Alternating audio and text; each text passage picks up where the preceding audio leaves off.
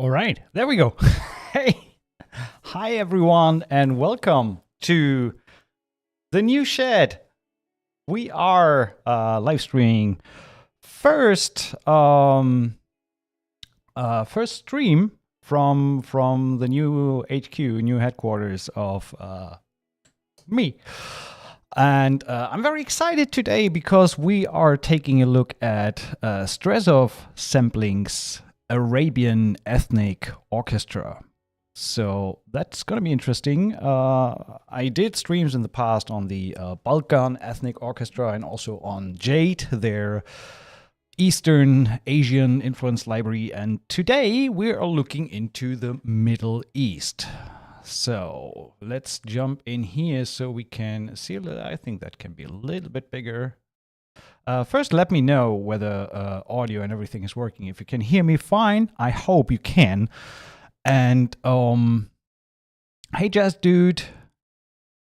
So, Da Vinci Girl, I'm not sure I'm following what you're talking about. So maybe explain a little. And yeah, so Strezov sampling Arabian ethnic orchestra. Here we go. There it is. This baby came out, I think, 2 weeks ago. It's still on intro sale, which is good. It is currently $2.99, usually $3.99, so it's 1/3 off for the introduction period. It is pretty extensive. I didn't have much time to play around with it yet, which is actually good because then we have a true hands-on, so we discover the library together. And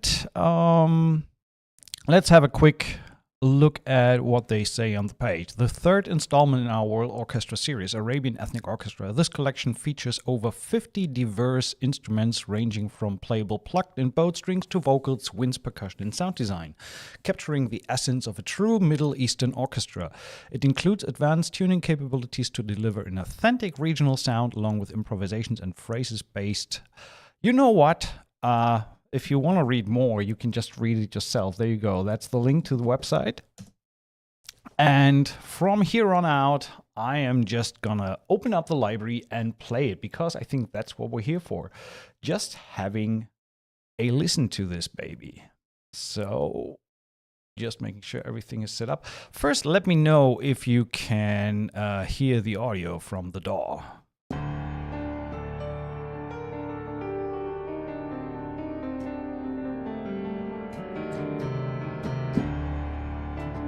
So I hope that is coming through. Let me know if it doesn't.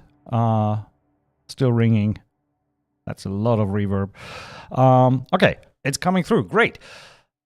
That means we jump into the library. Already prepped that here. So it's, I didn't even check how much does it download. 50 gigs? Let me check. This, yeah, 53.6 gigs is the sample size.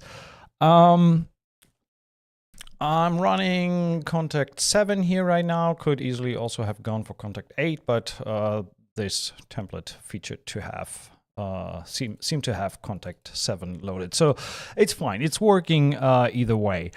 There is no further processing on it. On the master bus, I do have a mix rack on here. I can also just deactivate that.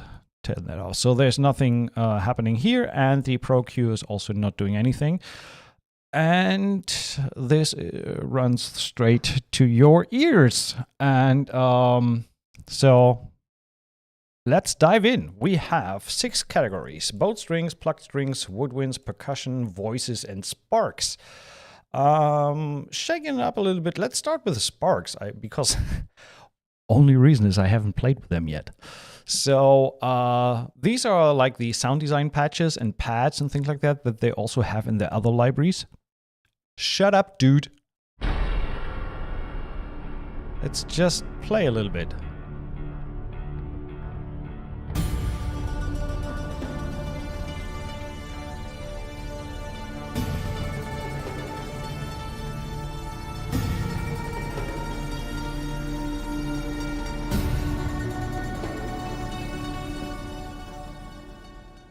That's pretty big for first sound. And these sparks, as in the other libraries, do contain individual elements. So you can, for example, turn off the percussion.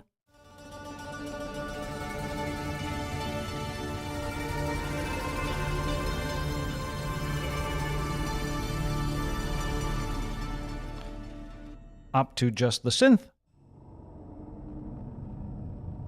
which is more like a drone. And then we have the ethnics, which is a tremolo.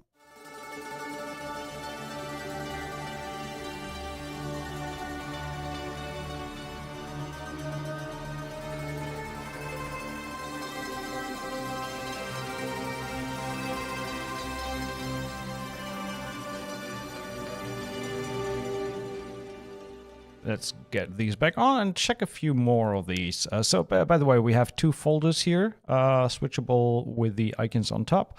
Although I cannot say what these are. There is no further explanation. Possibly these are organic and the other one are more like hybrid or sci-fi kind of. Let's check it out.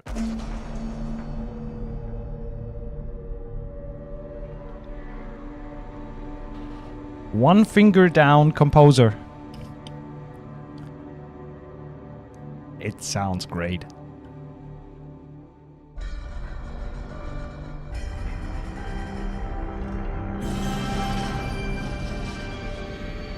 Just realized I should move that a little over. Yeah, that's better.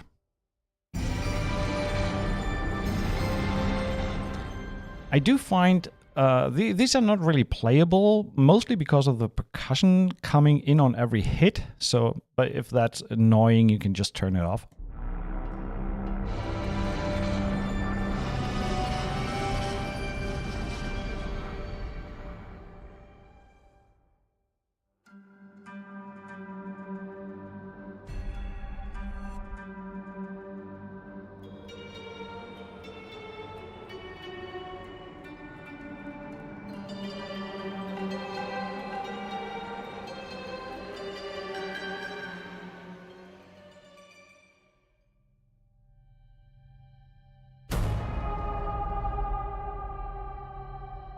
By the way, if you need proper hit, you can also mute the other layers and just leave the percussion.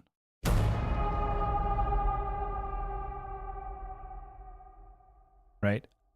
Nice vocal pitch movement there.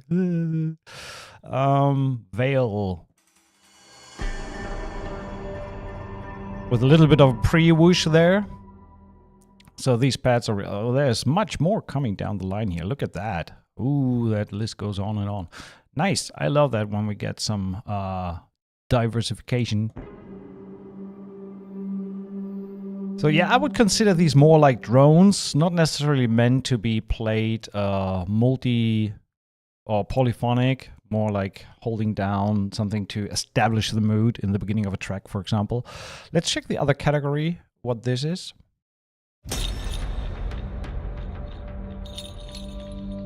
Yeah, as I was expecting, this is a little bit more hybrid sounding, even more bitey in your face.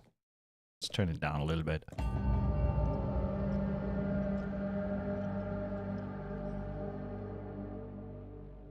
Just take another key here.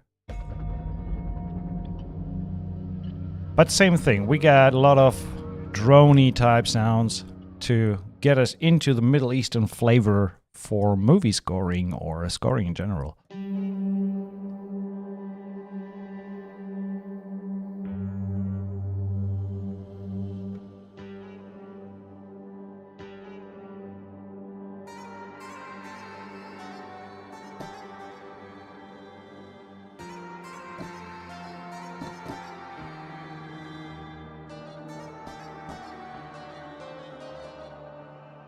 Very nice. So I think you have an idea of what these sparks are. So these are pads, drones, and the likes. Just one last one. With all of them loaded.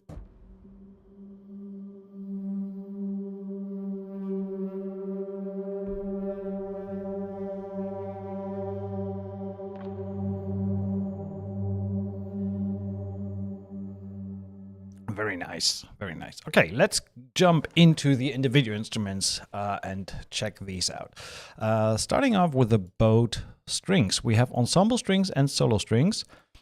And let's start with the tutti first. So the tutti octaves key switch.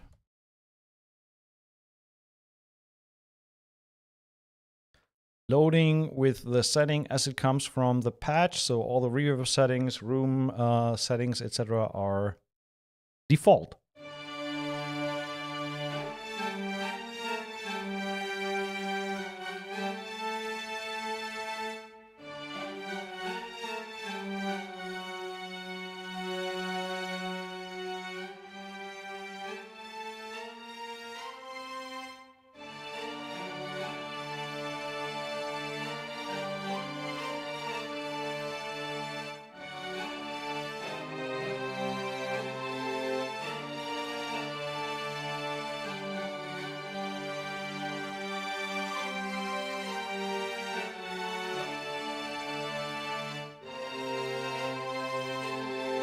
There's a little bit of a jump in the legato transition. Well, I'm going to try if I can. It does sound better in the mono legato. So in the poly legato, I think it has to do with a polyphonic script there that there is a little bit of a difference in the legato between the mono and the poly.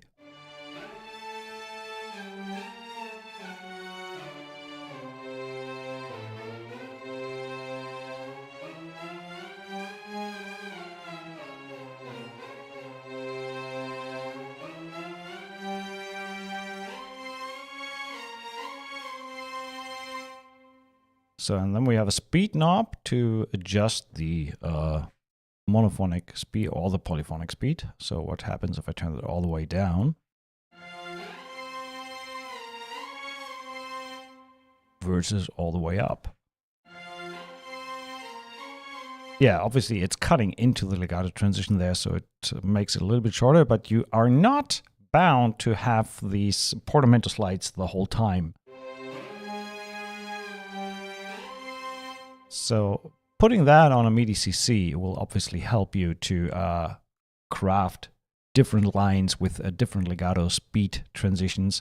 So if I were to put this here,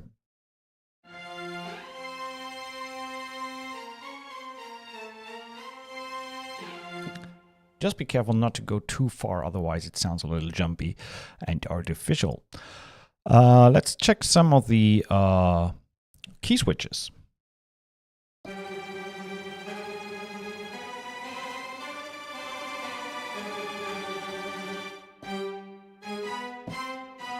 By the way, we have an octave patch here, so this is full strings played in octaves.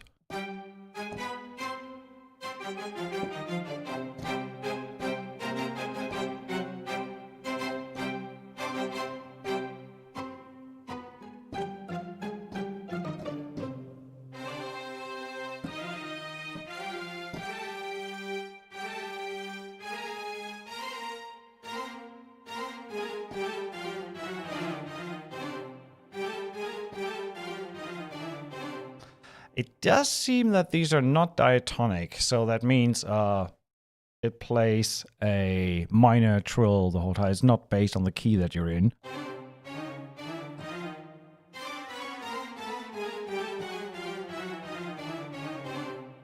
And I also don't really know if that is tempo synced. So if we do 150...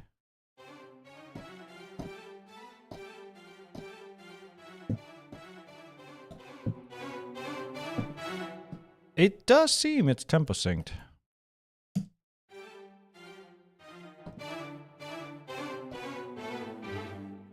Is it? No, it's not.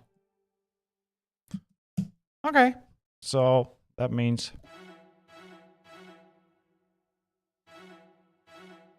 And it seems it's also not possible to change the speed of that one. Let me quickly jump into the volume here, which resets all the time to... Okay. Where are we there? Then we have... Oh, now we have major.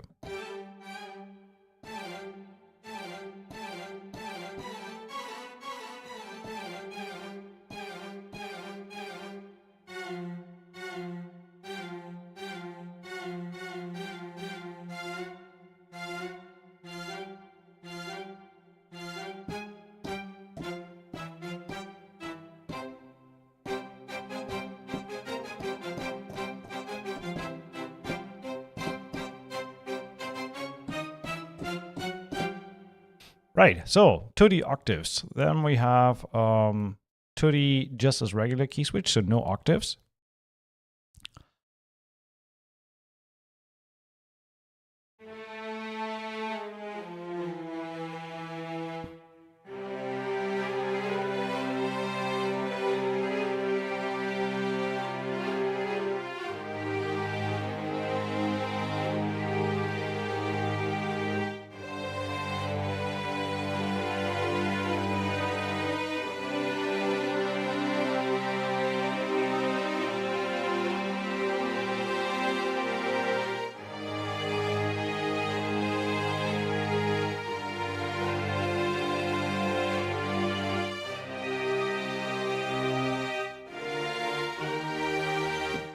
Definitely sounds way different than standard string libraries, which kind of makes sense. It's a Middle Eastern orchestra, Middle Eastern strings, so there's a lot more light pitch variation in between the players, and it definitely has that very Middle Eastern vibe to it.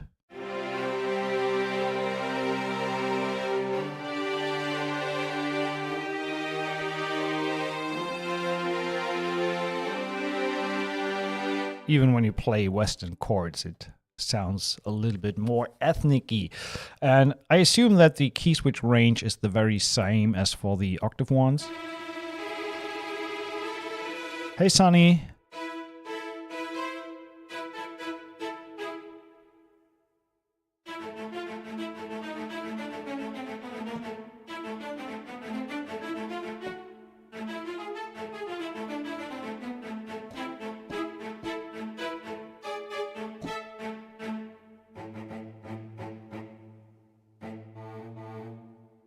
Accidentally switched the articulation there. We have pizzicatos.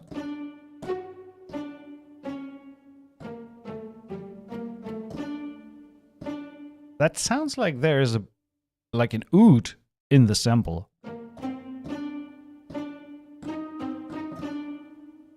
Maybe it is, because it's a tutti ensemble with strings. Maybe oud is part of that.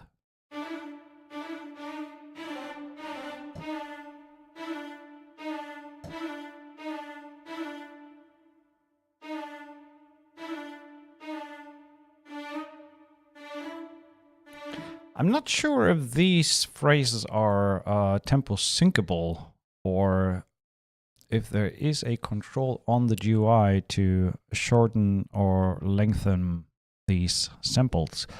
I haven't seen it yet. Maybe I will discover that later. There is, we'll talk about this later.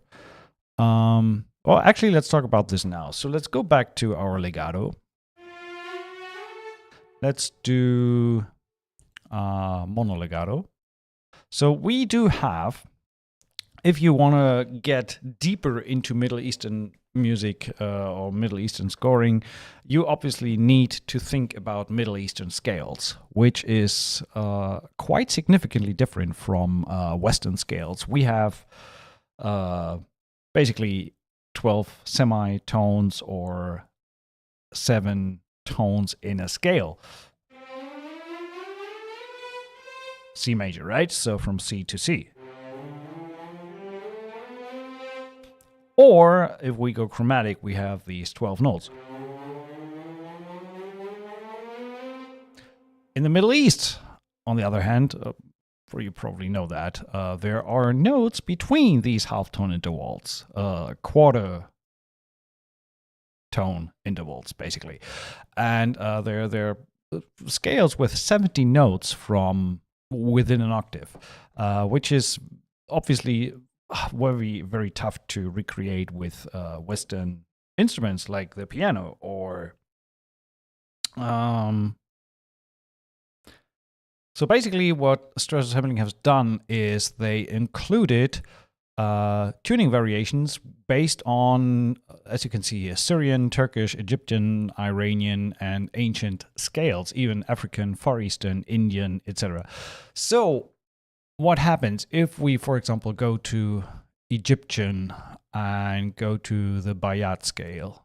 If we choose that, what happens to, or first of all, you see the keyboard change. First of all, it is separated into green are the root keys, in this case C. You can select the root key for your scale here.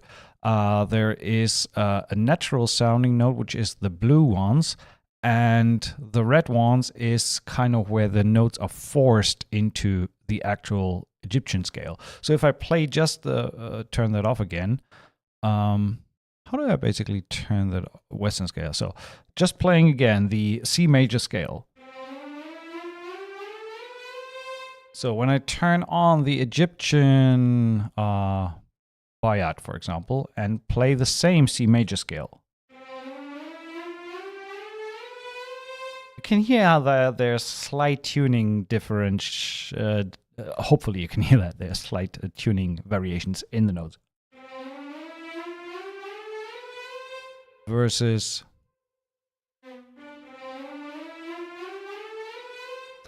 and then obviously this helps you as well to put something down in the actual scale. So if you omit the red or pinkish notes and just play the notes that are actual part of the scale, then you end up with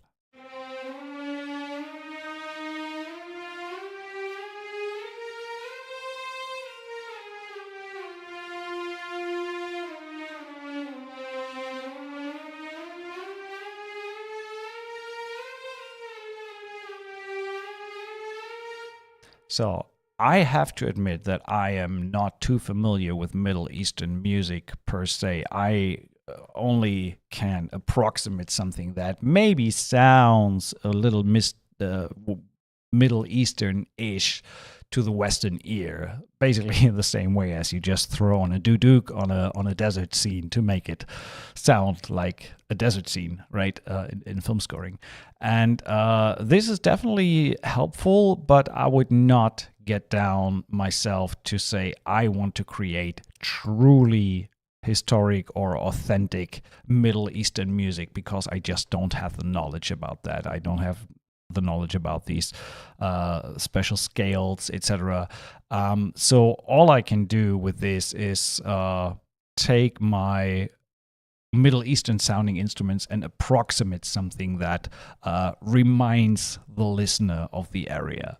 I will definitely not get myself down to say I truly want or try to recreate original Egyptian or Turkish music or things like that. I just cannot do that. I don't have the ear for that. I don't have the education for that.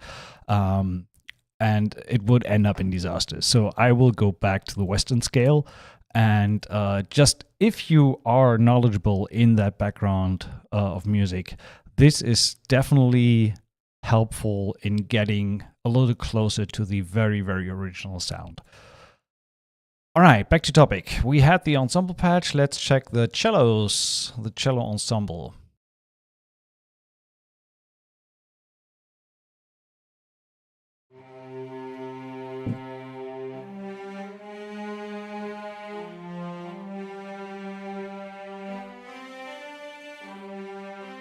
Let's see how that sounds with a mono legato.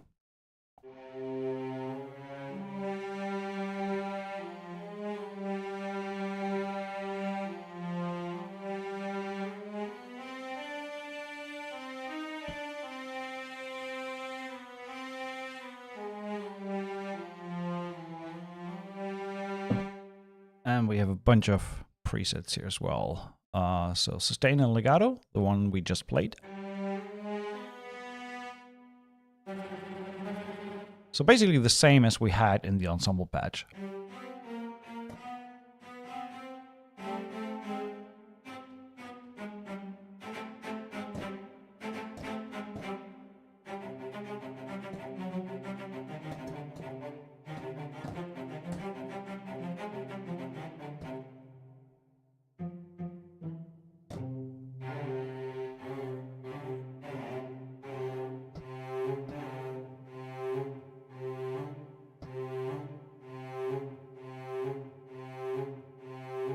can do a little bit of John Williams there. No, just kidding. You see that most of these instruments also have their phrases folder. I want to go to these in a little bit, so coming to these later. Just want to play through some of these actual playable instruments. And not all the instruments do have phrases, so this is kind of the second part of what we're going to explore. These are the bases.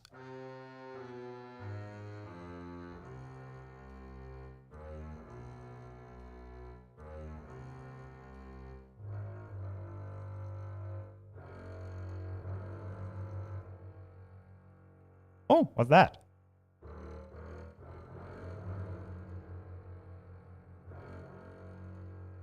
Did you just find a bug?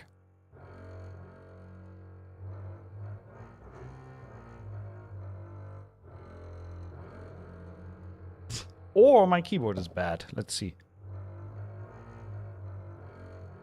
No, there is a retrigger, the release trigger when I leave the note that retriggers the whole note. I think that's not intentional.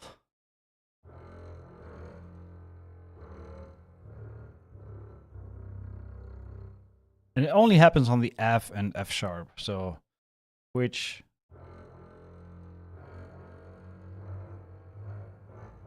Yeah, looks like I did find a little bit of a hiccup. Pizzicato. And long pizzicato.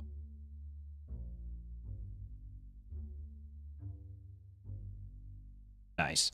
All right, let's go to the violins. I'm gonna speed through that a little bit because we have so much stuff to cover in terms of instruments, so don't want to turn that into a 5-hour stream. For that, I'm gonna go monolegato.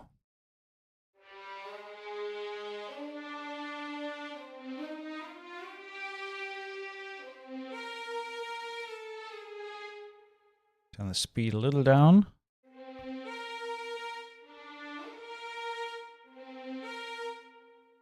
I'm missing, I don't know, maybe they did not the full 12 notes for the legato.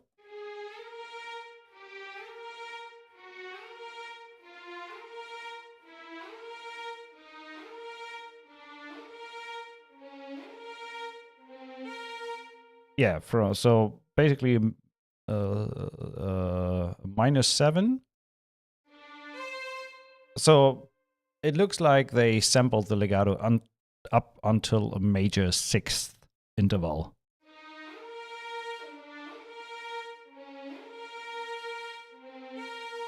There we don't have any legato anymore. Okay, good to know. So it's not a full octave.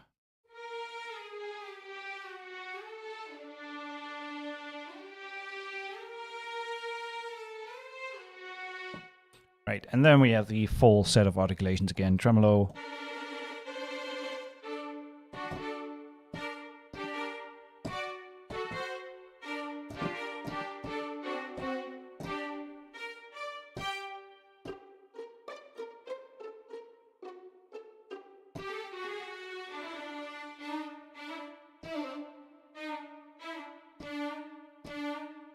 All right, so we get that. So bowed strings, that's where we're at. No, we have solo strings as well next to the ensemble strings. So we had the other, so let's try the viola, solo viola. See what articulations we have there.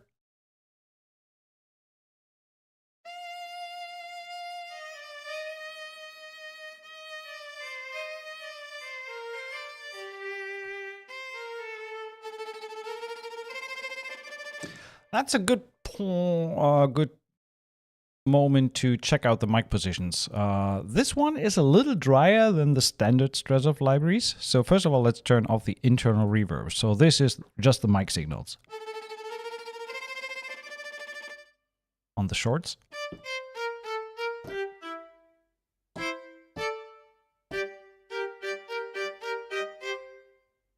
Just the close mic. That is dry.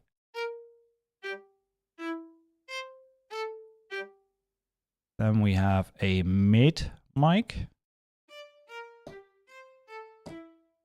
and a far mic. So we can basically get pretty dry in terms of the sound if we turn the room signals down, while retaining a little bit of the aura around the sound. Go to the monolegato, a little slower speed. Or vice versa, we can create a little bit more room with less direct signal.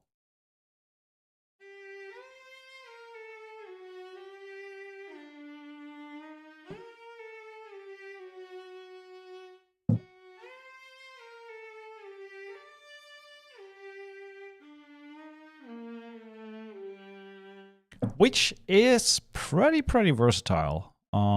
If we go back with the internal reverb, maybe turn that down just a little bit. A little bit more mid.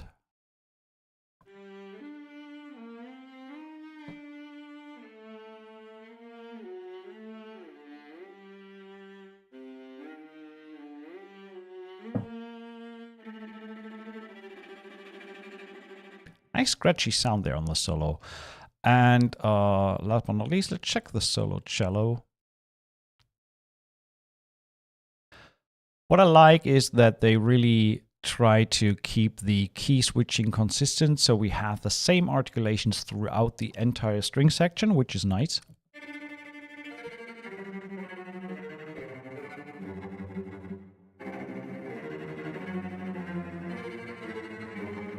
Makes copying between parts on key switch instruments much easier.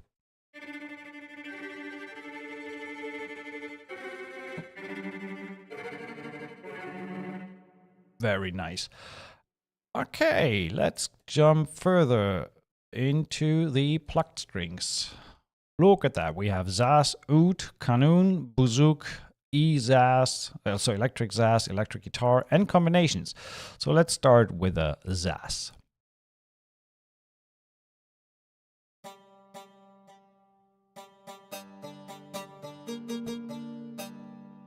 Not sure how many round robins we have.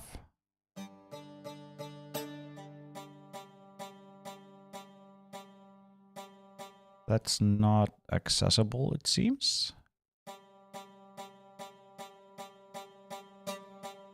Oh, we have a tuning humanize knob here in the settings. Didn't see that. And we have 5 round robins. I'm not sure why it says dum. Might be a mistake there.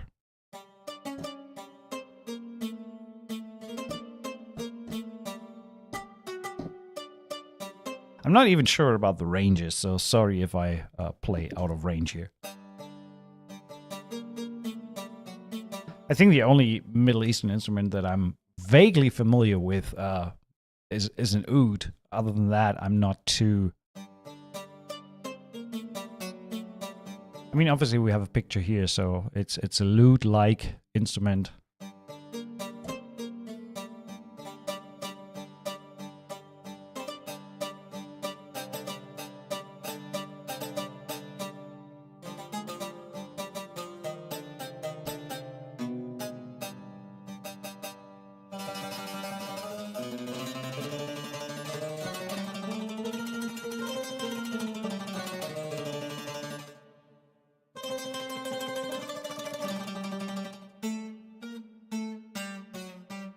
Oh, that's the dum, where it says 5 round robins on dum.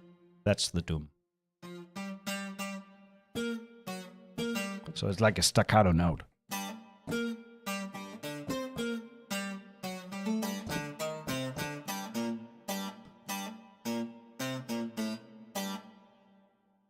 And last but not least, we have ornaments.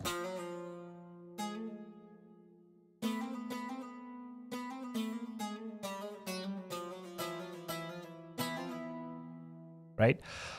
So maybe it is time now to go into the other sets, which are phrases and improv. So first of all, I like the fact that we have a ton of played phrases available. So if we load up the phrase instrument, this is what they sound like. You have different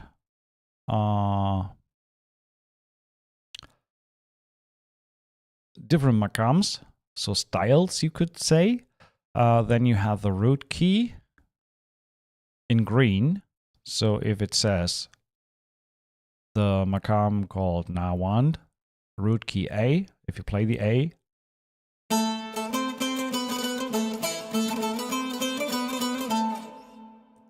so obviously that is something that is very hard to get close to with multi-samples. There's a lot of little noises in between, little slides and hammer-ons and things like that. And then you have the kind of Middle Eastern tuning as well in the instruments with these quarter notes and things like that. So here you obviously get a lot of help in getting these phrases in a different key, like recordings of the actual phrases instead of programming that yourself, and it sounds obviously much more real.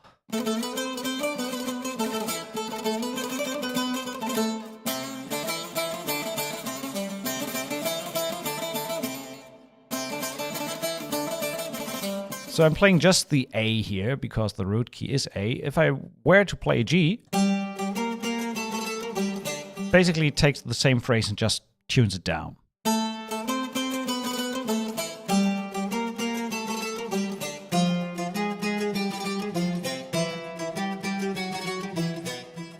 So it does not really sound bad, like time stretched or anything. So the contact algorithm seems to work fine. Again, I don't know if there's any sort of time stretching or anything here to make it fit into our... So these definitely are not tempo synced. So you have to be a little tricky or have to find your way in making them fit into your composition. And then on the red keys, we have these different makams. So here we have Hayas or Hija. Yeah, I'm not even trying to pronounce that correctly.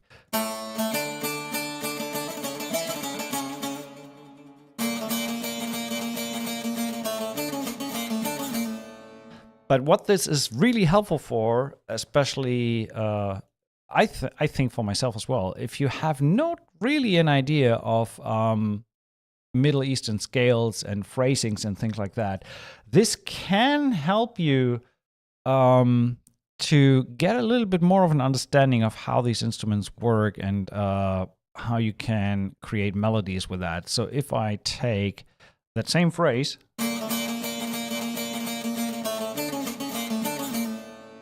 so I can at least get an idea, okay, they use, we are an A.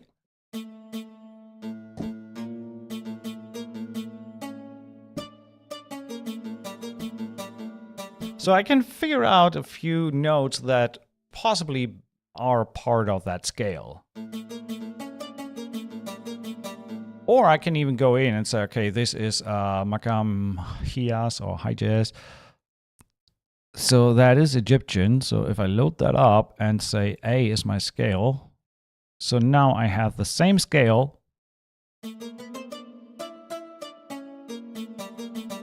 So according to these notes, we have A, B flat, C sharp, D, E, F, F sharp, G, and then back to A.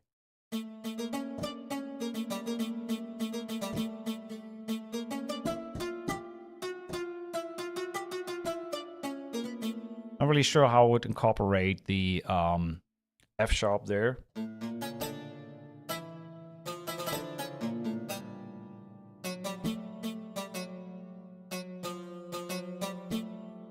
I think it's meant in a way like...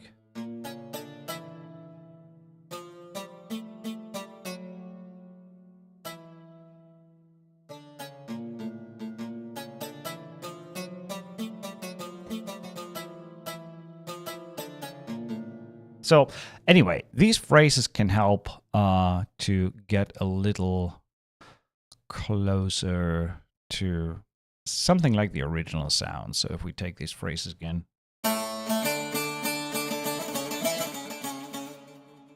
But obviously, to get close to that kind of realism is tough to get in multi-samples. So these are the phrases. Then we have improvs as well. Improv is, I think, even more melodic than just the single phrases. Excuse me for just a second. I have to just let my lovely daughter know that I'm on a stream. So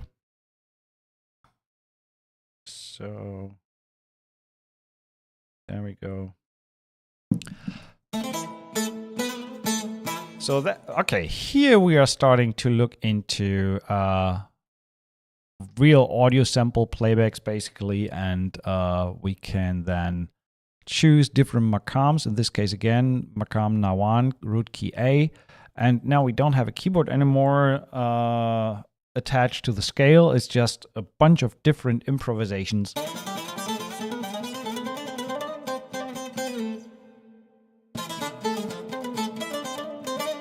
So these are all in the key of A. If I choose the next key switch, we are now in Hijaz, again, sorry for my butchering the pronunciation here. And this is something, if you're not familiar with that musical culture, I think it's impossible to recreate something like that. You need these original phrases.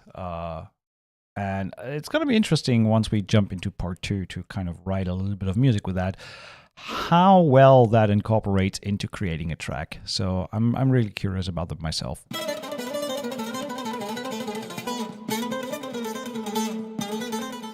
They definitely wanted to head home for dinner.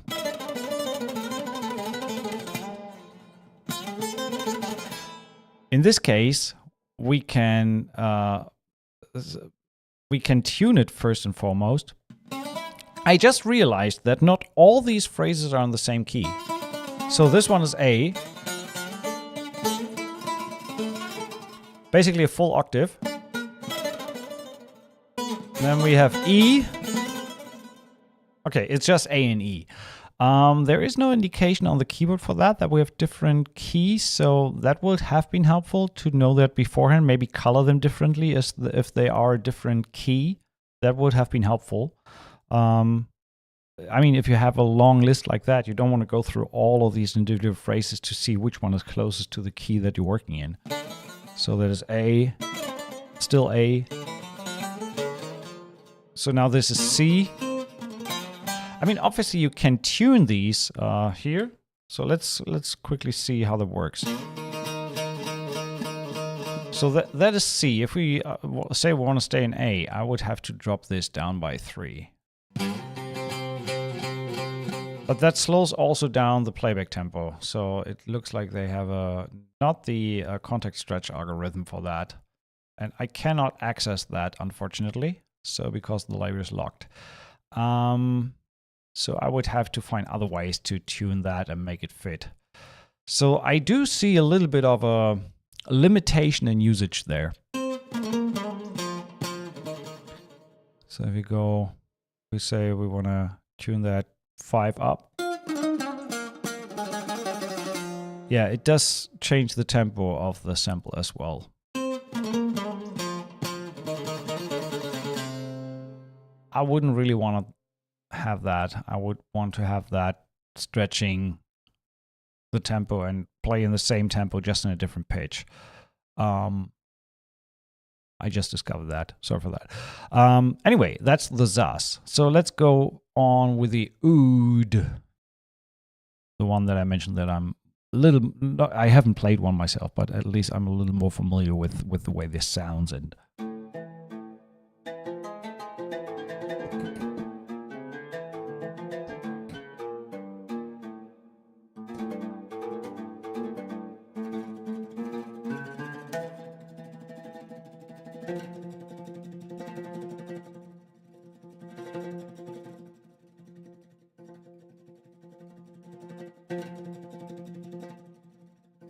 very good dynamic range there. In terms of, it does not really sound like just turning the sample down in volume.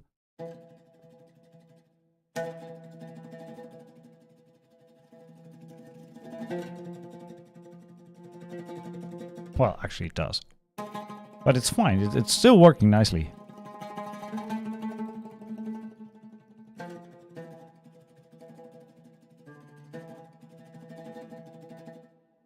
Right? That's the tremolo. Then we have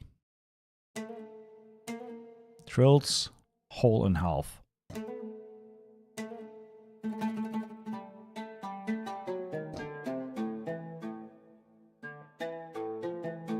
I wonder why there is no sustained note, but maybe that instrument itself doesn't really lend itself well to sustained notes due to the short body. I don't know.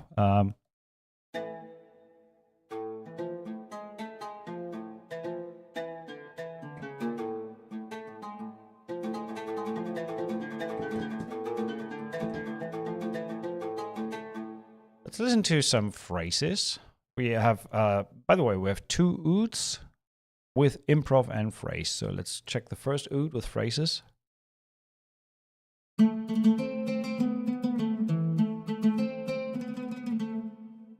It's a little, I do like the fact that these phrases are the same, so we can layer instruments, I guess. Let's see if we put these 2 together on the same key. Oh, that's improv, sorry. If I put the phrase here. That's pretty cool. So we have the same phrases for both instruments. So we can put one left, one right.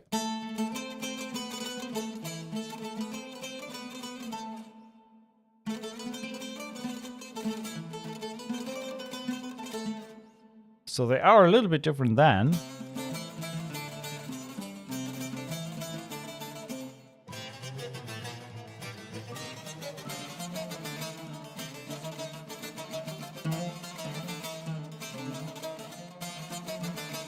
Okay, they are not always the same.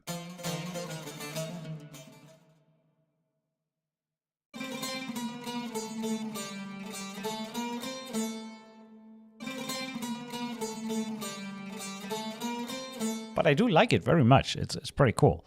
And then we have the improvs. Let's check the oud 2 here.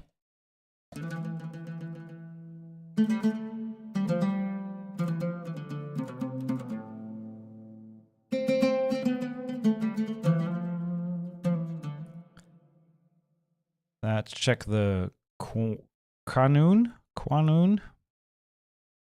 I guess. So that's more like a zither board. Is there an instrument explanation, by the way, when you hit the I button?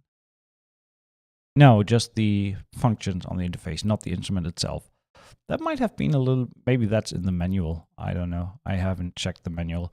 So it would be definitely helpful to get a little bit of an explanation of what these instruments are and possibly how they are played. For the traditional Western, non-informed musician about these instruments. I mean, it's an ethnic library, so it's kind of in the nature of this thing that you only really know what this can do when you are from that cultural background. But us mere Western mortals don't know too much about this other than it does sound deserty and Middle Eastern.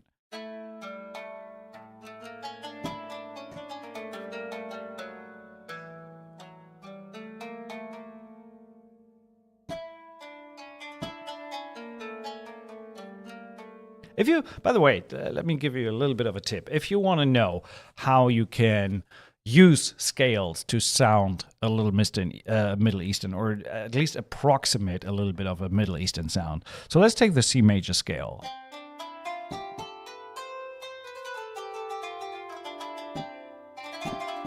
We all know that, right? So now let's change it up and go to minor. So we take the C minor, which is the half step there.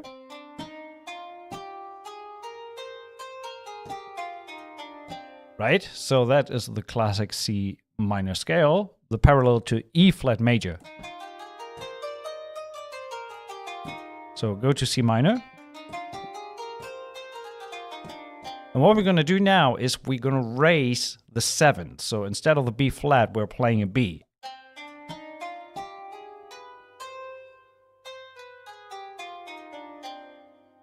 And the next change is that instead of starting on the C,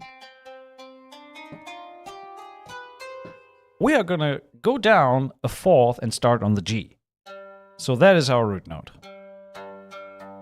But we play the same notes as we just did in the C major scale with the raised 7th.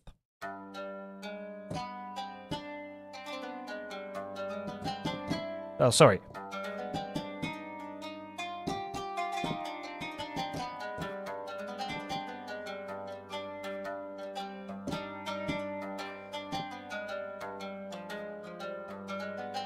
So that's the kind of first impression of sounding a little bit Middle Eastern and something that evokes desert and heat and snakes, possibly. So C minor, or any minor for that matter, raise the 7th half a tone to the major 7th and start the same scale 4 notes down. So from the C it would be down to the G.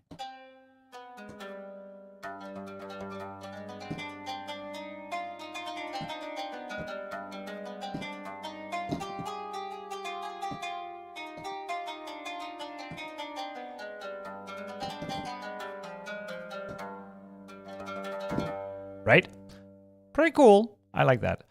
Bouzouki. So that's a bouzouki, but not the Irish one, but the Middle Eastern one. I assume that the instrument is relatively similar, but maybe the fretting is a little different to achieve these quarter notes in between.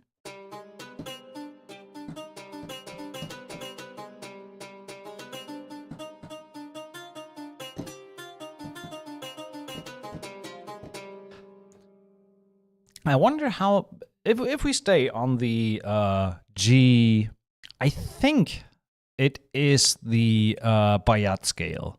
If we go to G Bayat, so we have the G, no, it's not Bayat, it's Hias, G, A flat, B, C, D, E flat, F, back to G.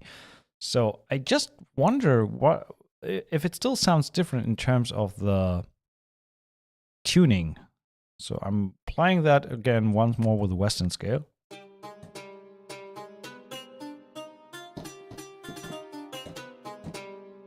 And now I'm turning that to Hias, high jazz.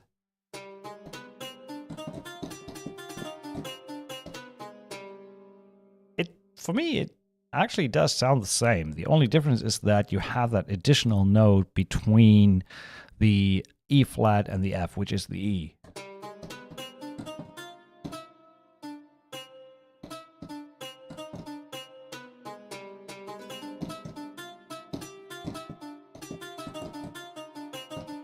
So if you leave the E out of that, we are in a traditional Western scale.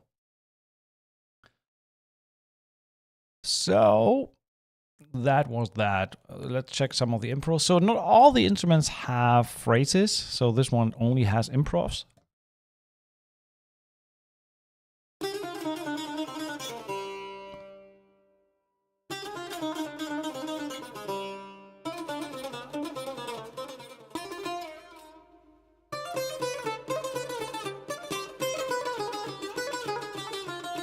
Right, so we get the idea. I'm gonna jump through a few more here because there's just so much stuff to come. We have the electric Zaz, which is the same as the Zaz, just electric. I'm gonna grab that quote for short. We have the electric guitar, just phrases, no multiple, no key switch instruments or something.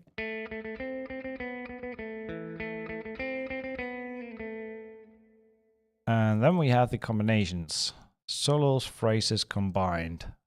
I think that's the same thing I just did with the two instruments next to each other. So now yeah, exactly.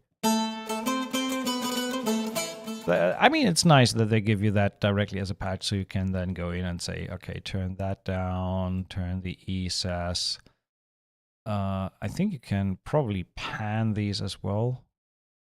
That's volume. Oh, you have to activate them. I mean, that's pretty cool. It would be great if we had a panning right here for these instruments. It doesn't look like we have that. Would have been nice though. I think that panning affects the whole patch.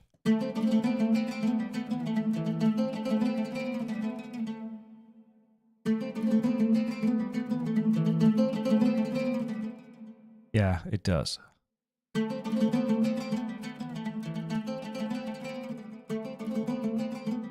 Yeah, so if they could add a little panner to the individual instrument, that would make it much more useful. It is useful already, but you can easily build these multis yourself by just loading the individual instruments. So maybe it's a little bit too much of an ask. We have woodwinds: ney, kavala, michwets, mismar, and miswet. I have no idea what these are, so I'm gonna play a few of these key switch patches. I don't.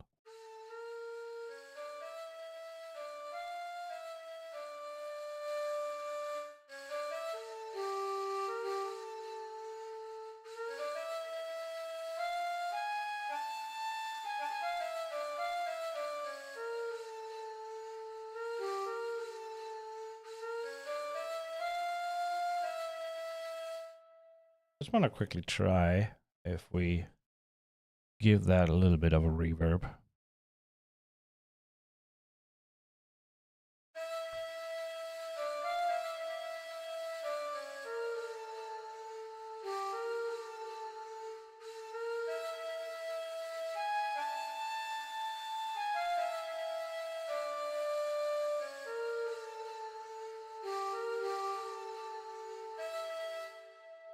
And in terms of articulations, we have the legato, we have sustain 2.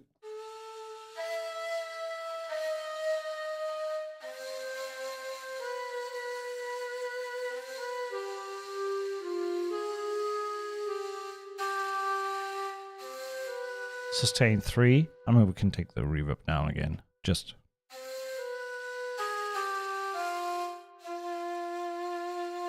So 4 different sustains already.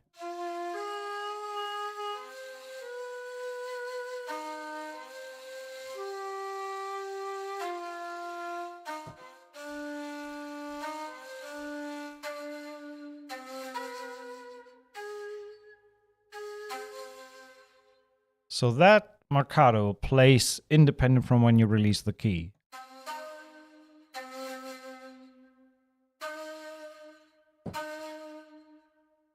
Which is something that I don't really like. I love to have the sample cut off when I lift the key. Maybe we can do that with a release. If we turn the release down.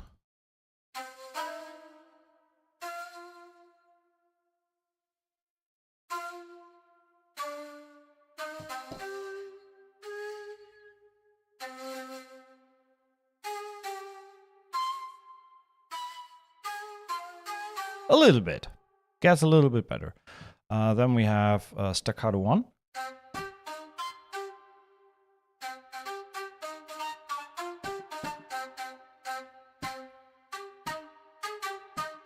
Staccato 2. And that's it.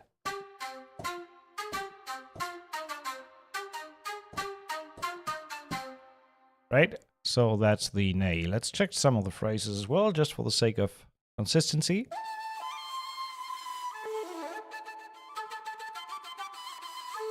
So that's kind of the same as the other phrases.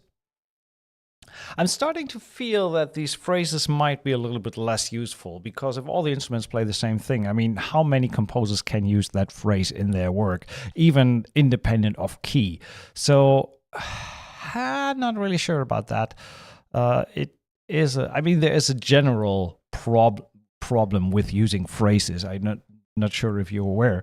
If you use especially in production music or music for licensing in general, if you use phrases in your compositions, there is a very, very high risk that you run into problems, for example, with YouTube Content ID. So there is one track from composer A that uses that improvisational phrase. And then there's another track from composer B that writes a completely different track, and maybe even in a different key, and uses, maybe has a track key down. But the similarity between these two still might trigger the Content ID algorithm and wrongly flag a track that has nothing to do with the other track where the original phrase comes from, or where the other phrase comes from. So there is a lot of problems with using phrases as they are like this. And then having all these phrases kind of playing the same thing, I think it's more an... Oh, I have background music on. That's why I was just wondering. So I think I would consider these phrases more like learning tools to kind of get an idea of the phrases and the scales and things like that, rather than actually using them in live production. Maybe the improvisations are better in that regards, but even there it can happen that two different people use the same things.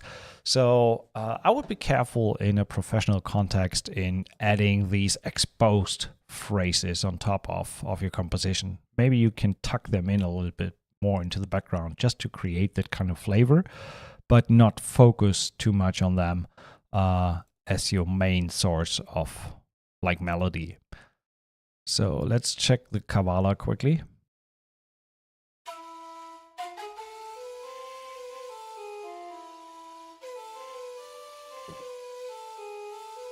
And especially if you go into the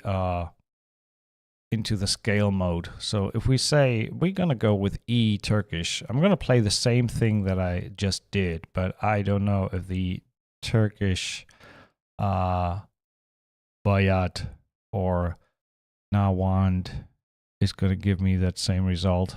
Maybe Rust? No. Kurt? Okay, we're gonna try that.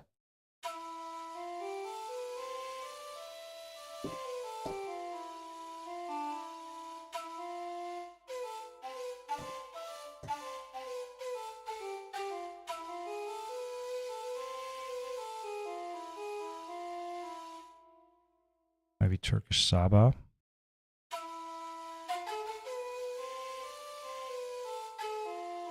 I have to admit, even though I might use this wrong and play something that is actually not part of the Saba scale, just for the sound of it, for these slight detunings, I would even go ahead and still use that.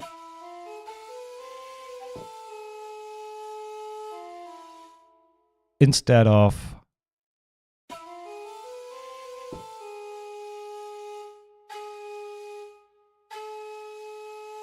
it's slightly higher. Just to create that little bit of a rub and strange kind of feeling. So I think there's much room for experimentation and trying different things. Let's check some of the Mizmar improvs.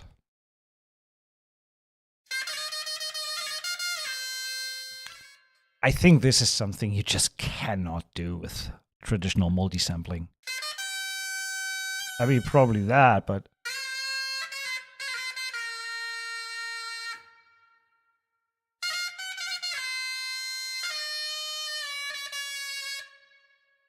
if we load the key switch patch for that,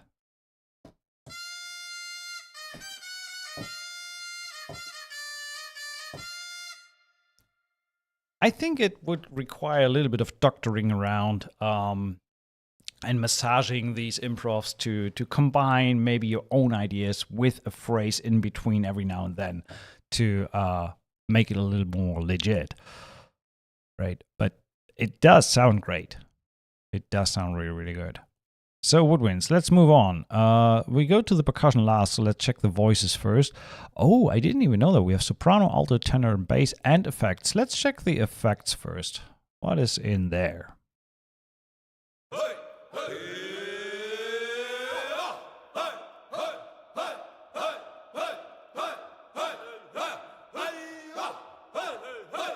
Nice.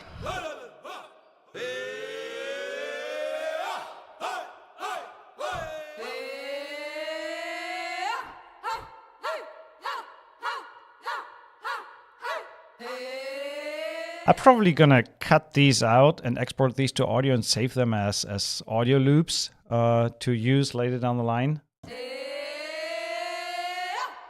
To have them tempo synced. I mean, it says these are 100 BPM, so if I go to 150, do they speed up?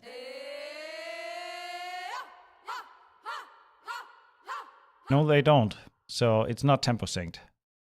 But thanks for the information of the actual tempos, so it makes it easier to transform these into tempo sync loops.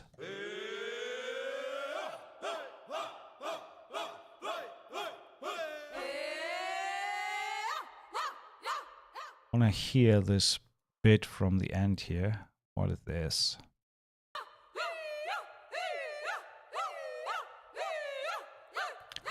This is very cool. These are samples that I have been looking for ages and didn't have any.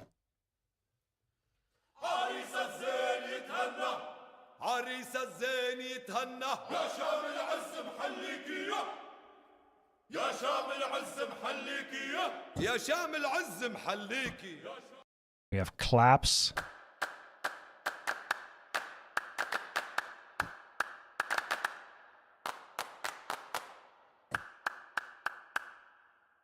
Right?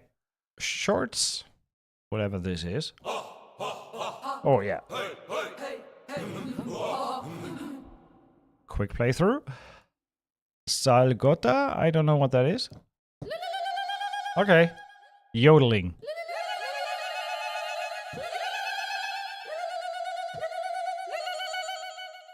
Nice to have these. I think that's a first. I don't have any other libraries that do contain these type of samples, so that's a first for me. We have, let's check the tenor sustains.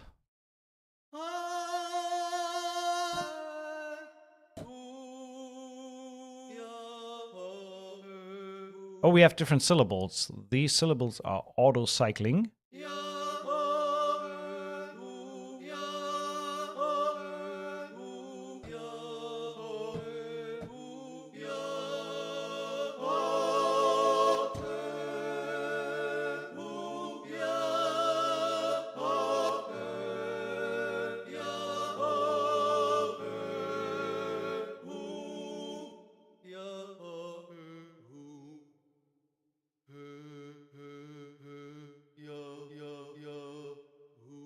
Oh, that's the autocycle. So we have 4 syllables.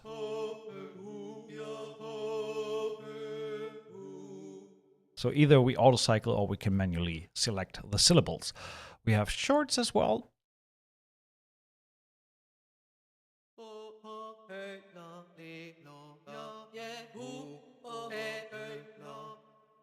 And phrases, which is probably the most realistic sound of these Middle Eastern voices.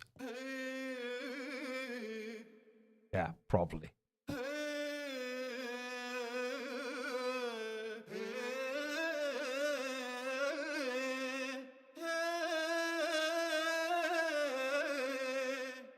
Nice, nice. Let's see what the bass sound like in phrases.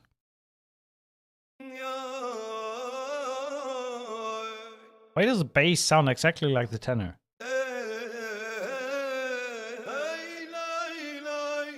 Maybe try a different key.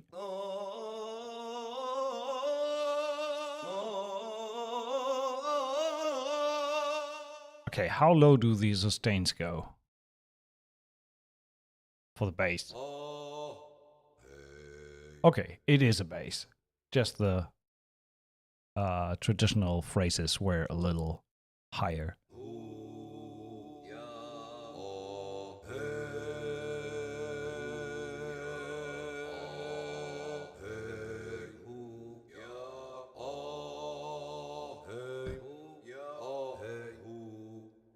Right. So voices, we have the effects. Let's check the soprano last. Some phrases.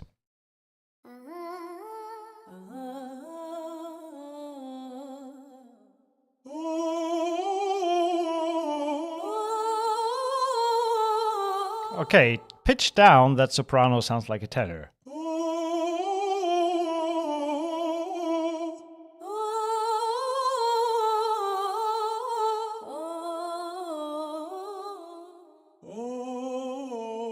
Or we get chipmunk time. Yeah, I think I mean, with vocals, it's very tough to do anyway. So if you go like beyond a half step up or down, it starts to either turn into a monster or into a chipmunk. But I think I don't know, there are better ways nowadays to pitch and time stretch vocals. So if I play the same. So if I go in and let's move this down. So if I tune this in real time, well, let's see what we have. We have Slate Digital's meta tune. I don't know if this is pitch shifting. No, I think this is just pitch correction. It does not shift the whole input up or down. So I should probably rather look for pitch. So there's Steinberg pitch correct kilohertz pitch shifter. That would be one that could do this. So if I say, so if I go 3 up, so if I want to have a higher performance, let's go to high compensation.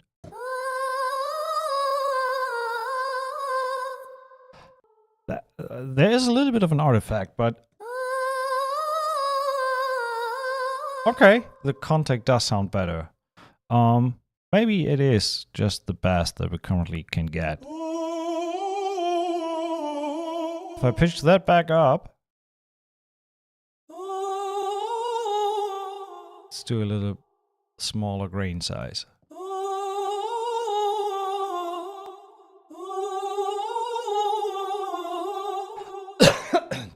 I think the kilohertz one is also not the best pitch shifter. Anyway, I digress. Let's ignore this for now and go back to what is percussion. That's the last one we have left. So let's check the loops first. There is a ton of percussion loops, and if you're not familiar with Arabic or Middle Eastern music, and especially percussion, this is a godsend. These loops, and this is where I really see the value of loops, because these can be tucked into any arrangement and don't really, probably not gonna trigger content ID issues.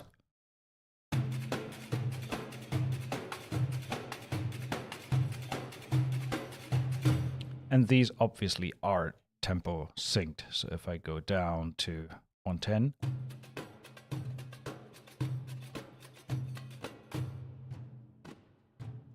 and we have the individual elements on so the pink key down here plays the whole loop, and then we have the individual elements that this loop is made of.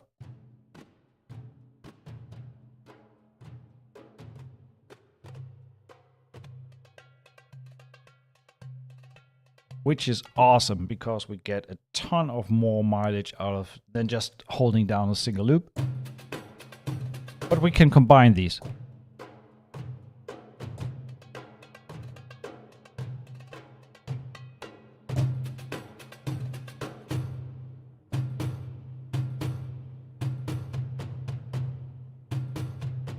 And right now it is set in a way that if you release the key, then a sample is played.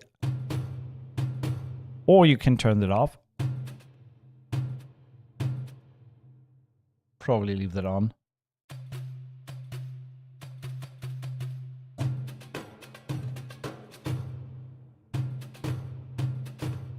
And then obviously we have these various different loops.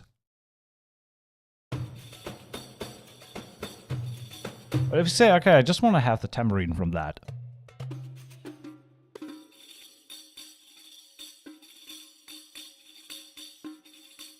That's great. I like that. Check a few more. 8/8.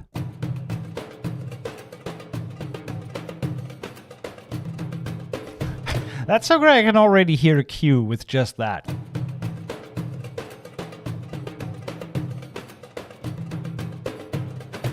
That is going to be cool.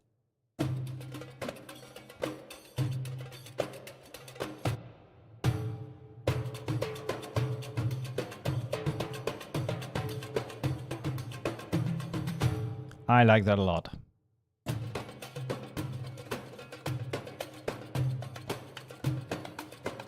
And then we have some odd timings, like here the Dawa Hindi in 7/8. So you have 1, 2, 3, 4, 5, 6, 7, 1, 2, 3, 4, 5, 6, 7, 1, 2, 3, 4, 5, 6, 7.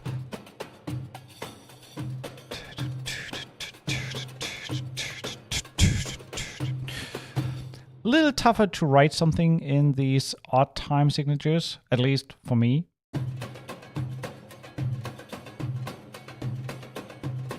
Six, 8. Could also imagine a nice cue with that. So we have all these loops, and then we have single hits in Strezov Sampling's Extreme Engine, which gives you different configuration for 6 keys at a time. So you can load one sample and it's going to be distributed on 6 keys, so you can play with 2 hands.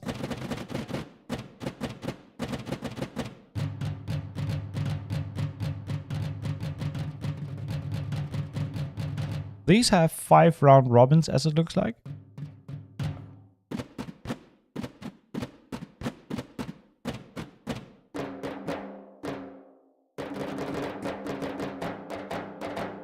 And I'm pretty sure that there's a bunch of presets for different... No, it's not. Wait. Presets. No snapshots on this one. Load. I cannot see presets. Wait a second. I think I installed this here. No. Where did I install this guy? Damn it. Where did I put this? I mean, I could just open the containing folder. There we go. On K. I did put this on drive K. So, are there content files in the actual instrument? Let me see. Strezov sampling, Arabian ethnic. No, there's no presets. So it seems like there's... That makes me sad. I was hoping for a bunch of percussion presets. So obviously then you would have to go in, okay, new, and then you can select the zone that you want to cultivate.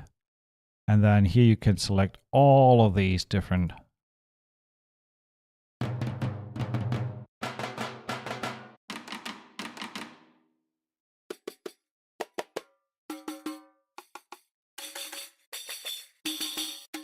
It would be nice to have a bunch of different presets for these ensembles to get an idea of.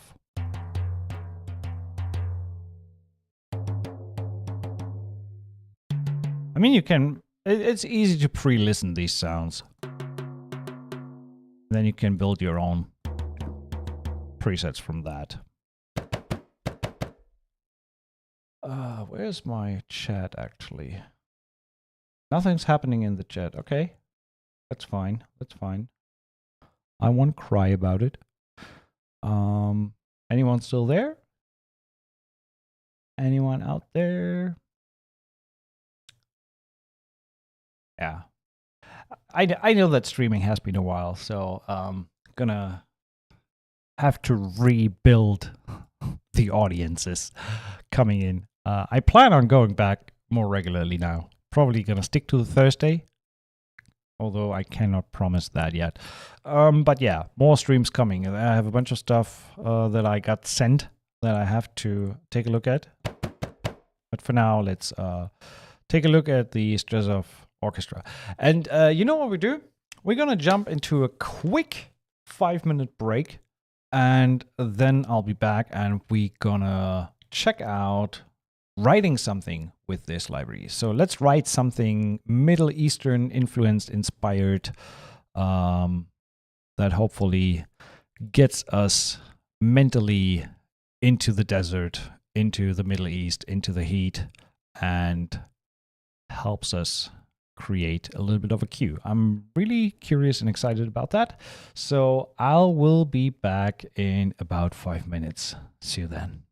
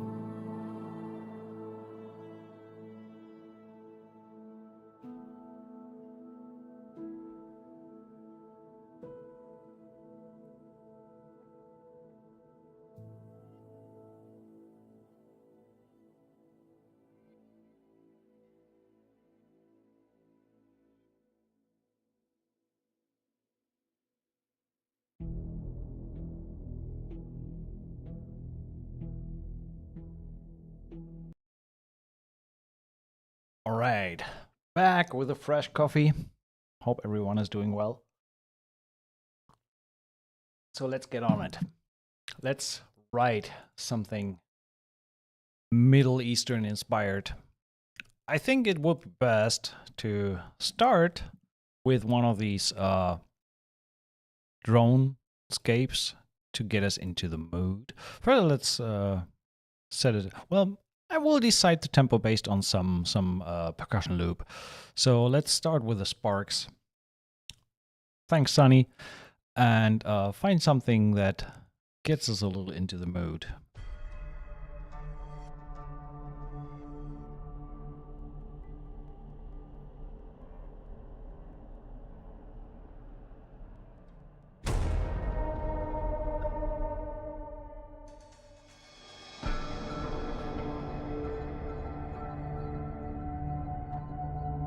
I like that one. So let's take that as a starting point. I'm gonna set the volume to -6. That one starts with a little bit of an upbeat. So I'm gonna try to... What tempo?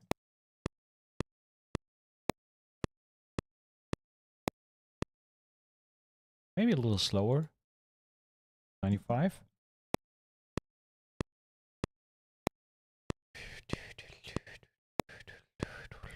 Yeah, kind of like, let's try this.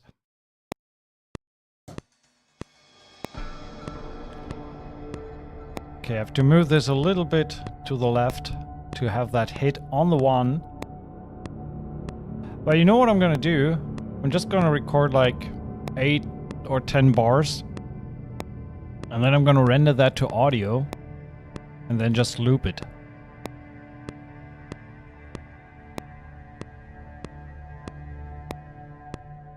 So take that and render that to audio. Boing. So rendering, and then I can move the hit point directly onto the grid easily, right? So we can see where the hit point is, and I can just move that around. Or the other way would be, what I like to do in Cubase is to move the anchor point to the hit point, so it will follow wherever I set it on the grid. So there, anchor point is on the, so now I can move that around and set it on the beat. So I'm gonna put this there.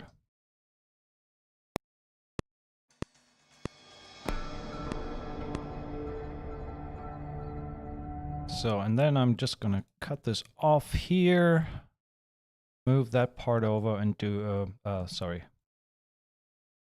copy that over and just do a very wide crossfade so it fades back and forth. So it's... So now when I listen to the crossfade,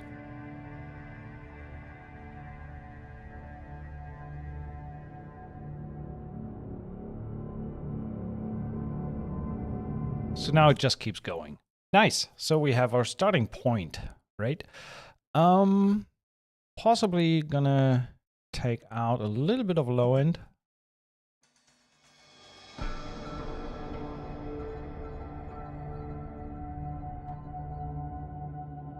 There's this weird resonant frequency that I'm gonna turn down a little bit.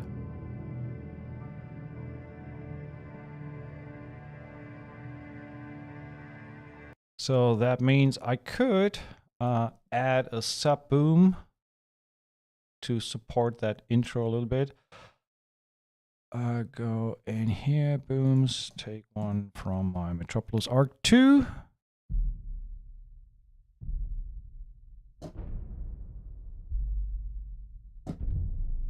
Yeah, this one.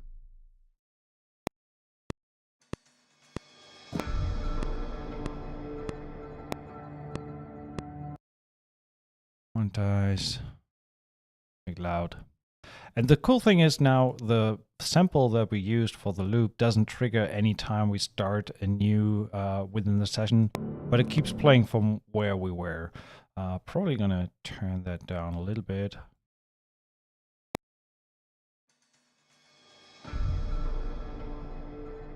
Let's add another one for the percussion and use the Strezov Arabian percussion. Let's load the, where is it? The Extreme engine, clear it out, clear that. Where's clear? I can't see clear. New, not clear. So, and then just taking the third zone.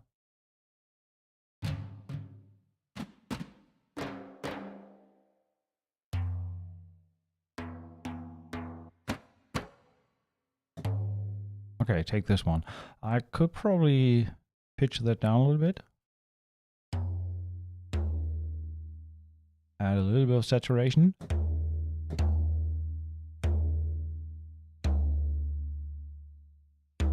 I like that one. Maybe give it a little bit of a... But there was an EQ on that. So, there we go. Maybe take off a little bit of a high end.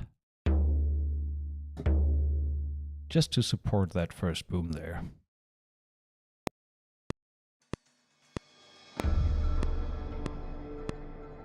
So that's a yo perk.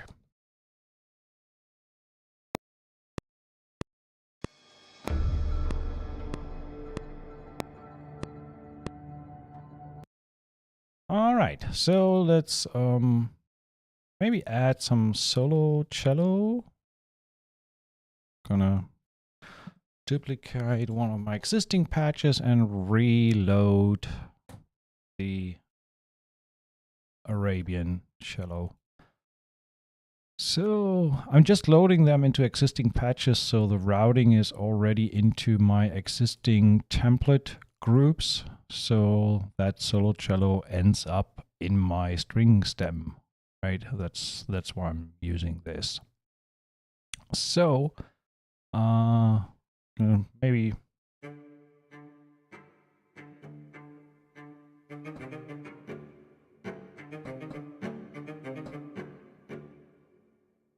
I am on D, so I'm going to do the same thing that I just explained before that. So we have the G minor scale.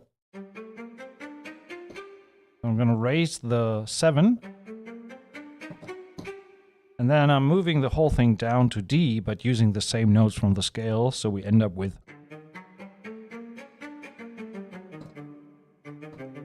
Then I'm just trying to play around a little bit with the notes from the scale. So...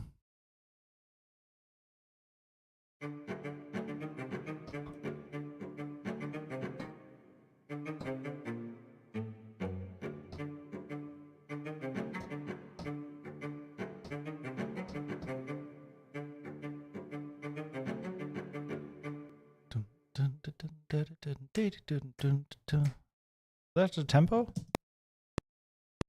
Yeah. So, oh god, that's gonna be a little tricky. No expression map. Okay, that's fine. I am on the short, so.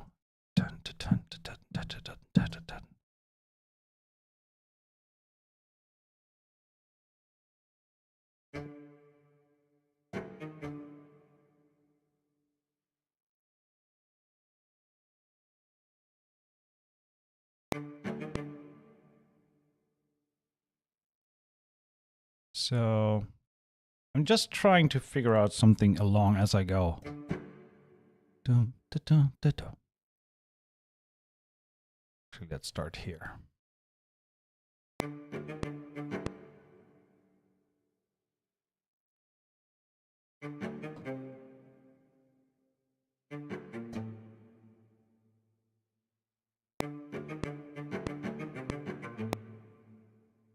Duplicate that and then change the second one a little bit.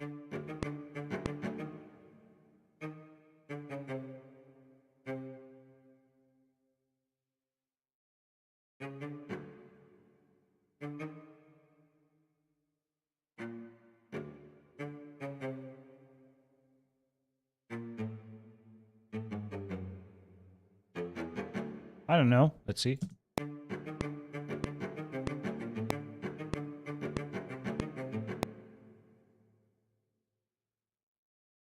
Let's try to use that.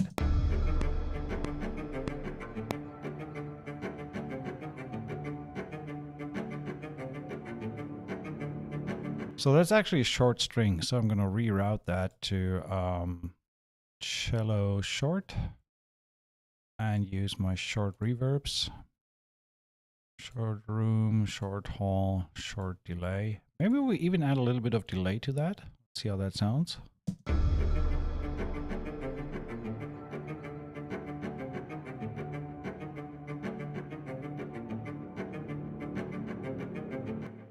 I'm going to change this one as well.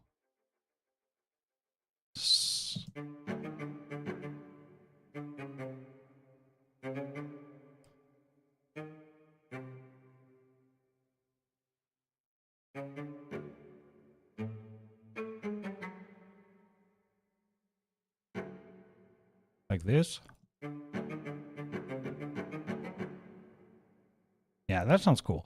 We're probably gonna put a plucked instrument on that too. So, gonna duplicate that and load something plucked. I don't know which one. Yeah, maybe the oud, maybe the zaz. Just to layer that with the cello, play the same thing. So, plucked strings. Let's try the oud.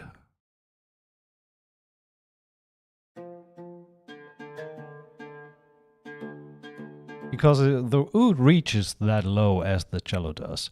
So I'm gonna do staccato and copy that part over to the, actually let's name that oud.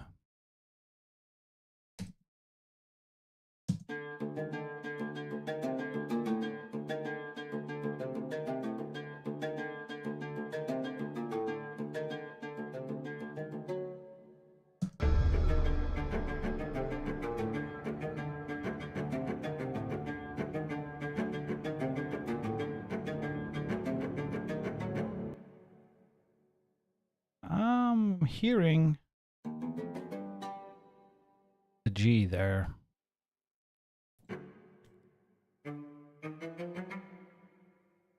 So let's add a few more string stuff. So no, let's repeat this and add a little bit of a rhythm first. See if we can find some drum loop that goes well with that rhythm. So open that up. That's AEO loops. Gonna try to go with a loop here to speed things up a little bit.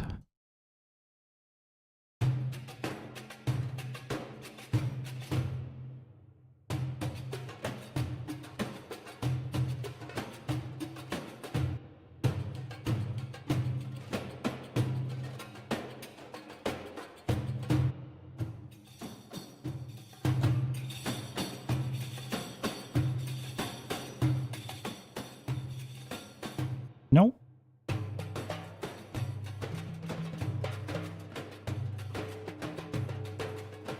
I like that one a lot.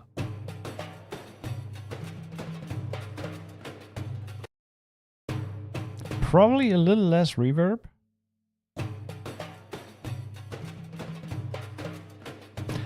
I don't like that arrhythmic thing in between, but since we have the individual parts,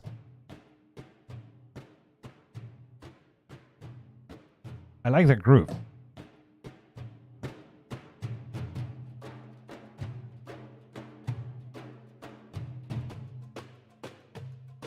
So we can play these three.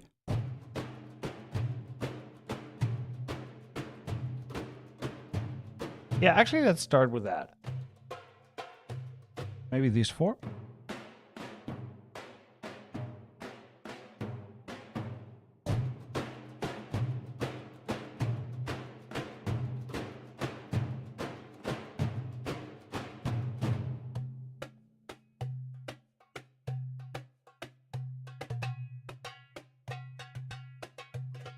I think this is the one that is this arrhythmic or triplet thingy.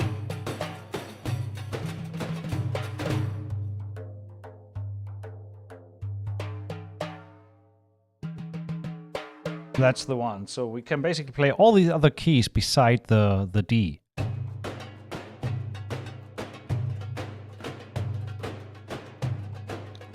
I think that sounds pretty rad. So I'm going to use that one. So all the keys beside the D. And that shall start here. Let's do 4 bars. Gonna hit all of these at once. So we do...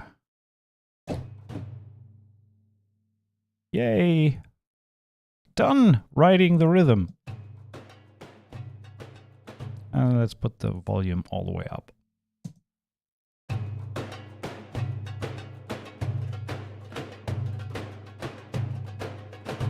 Let's put a little bit of compression onto that. Gonna use... I wanna like squash the transients a little bit. Distressor? No. Let's go with this one, 116. So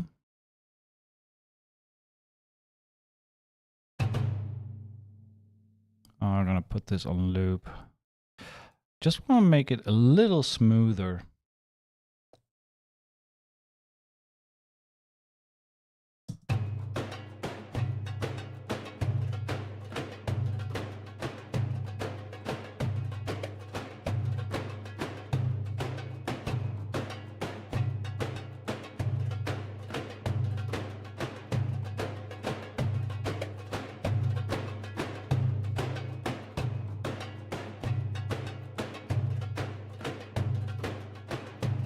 And a little bit more punchy.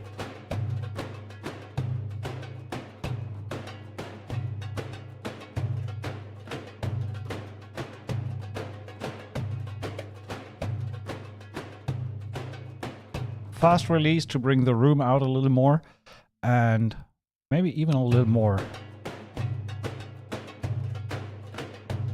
Yeah, and then add a little bit touch of grit to it.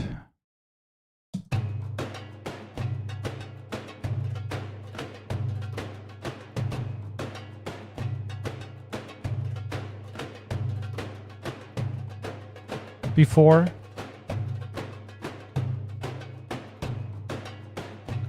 Yeah, like that. That's nice. Little more tucked in. So let's see, all together.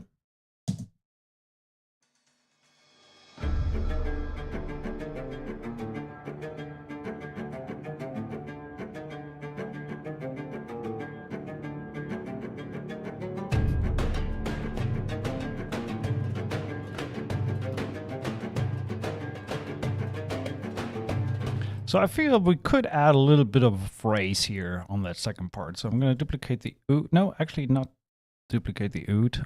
Let's do some winds. I do have the jade Zhao flute here, so I'm going to change that to AEO. And probably going to use some phrase stuff. So let's see. We could go with Woodwinds, the Kawala. Let's try some improv. See if we can find something in the key that we're in. We are in D. Makam Nawat. Root key E. C. Nothing in the root key of D. There's something in D.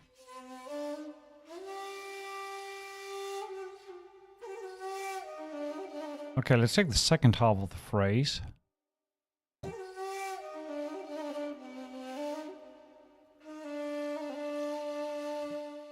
So let's see how that sounds when we put that on top.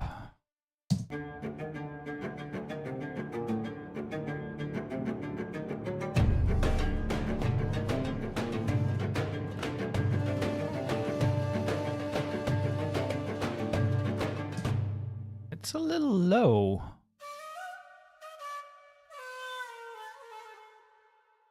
Maybe this one.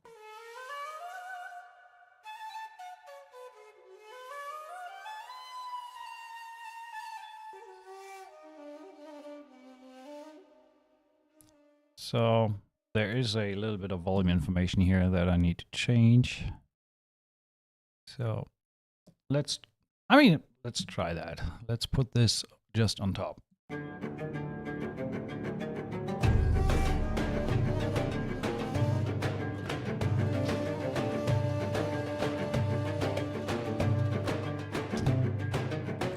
So we can put that a little to the left, and let's name this. What was it?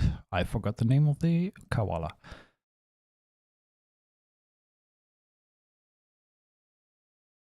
So koala impro, and we add something in the phrasings. Maybe the kanun. I think there's some phrases in the kanun. Plucked, kanun, improv. See if we find something in D as well.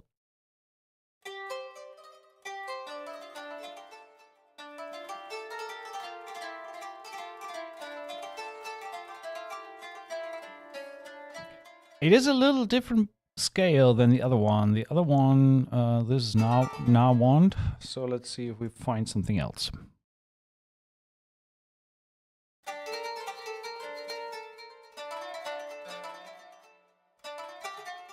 Just trying to find.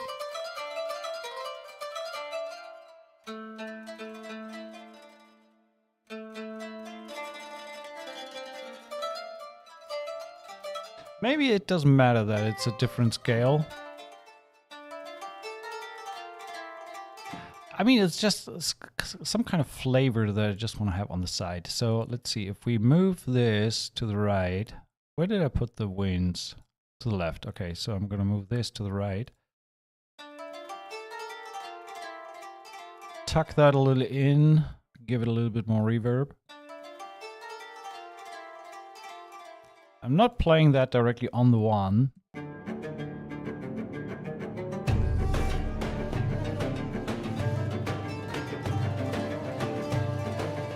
It's too busy, too busy.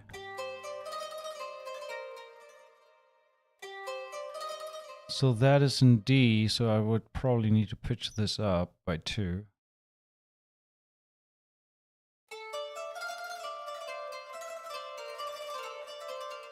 No, still too busy. I need to find another phrase. I like that one. And that's the same scale as the other one. Yeah, that's cool. So I'm gonna use this and maybe fade it in and out.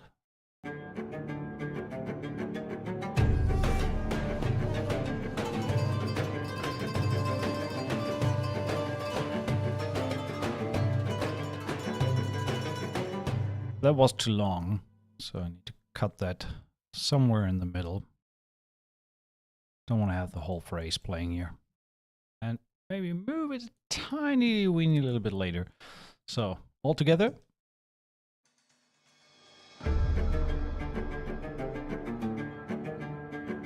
I'm gonna add a low string ensemble, low sustain note. So, I'm gonna go here. No, go here. Yeah. Use this one because the routing is already correct. So that's AEO string ensemble. Replace the patch with both strings, ensemble strings. Do we use the tutti? Yeah, let's try the tutti first. Maybe not the octaves. What options do we have? Tremolo, marcato.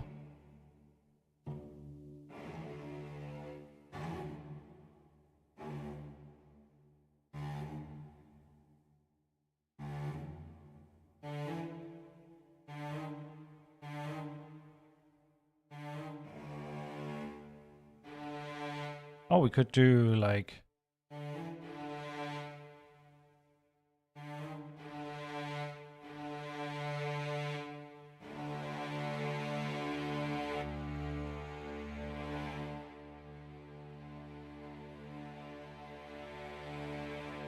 So doing mod wheel and expression.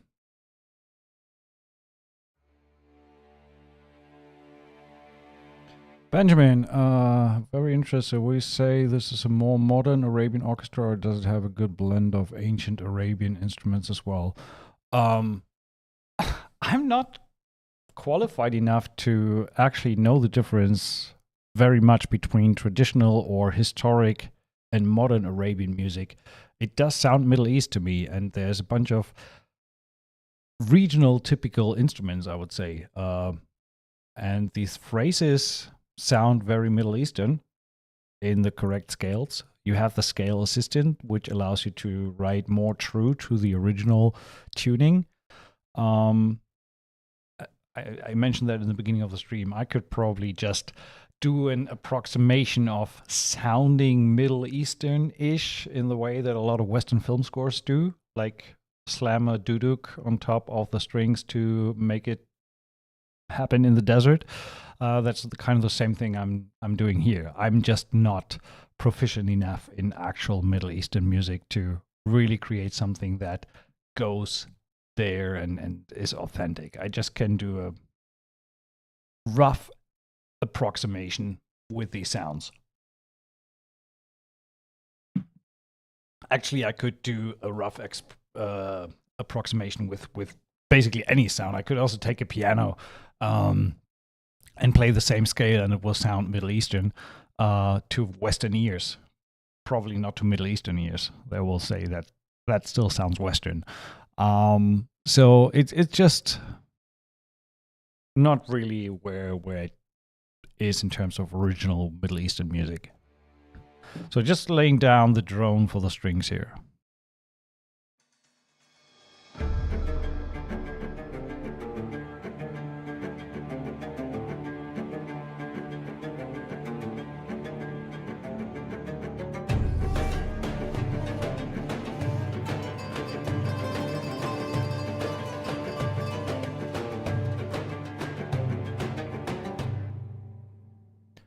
So, I am going to duplicate the strings here. Gonna keep going with the same riff, but now from the cello ensemble. So I'm gonna put this here.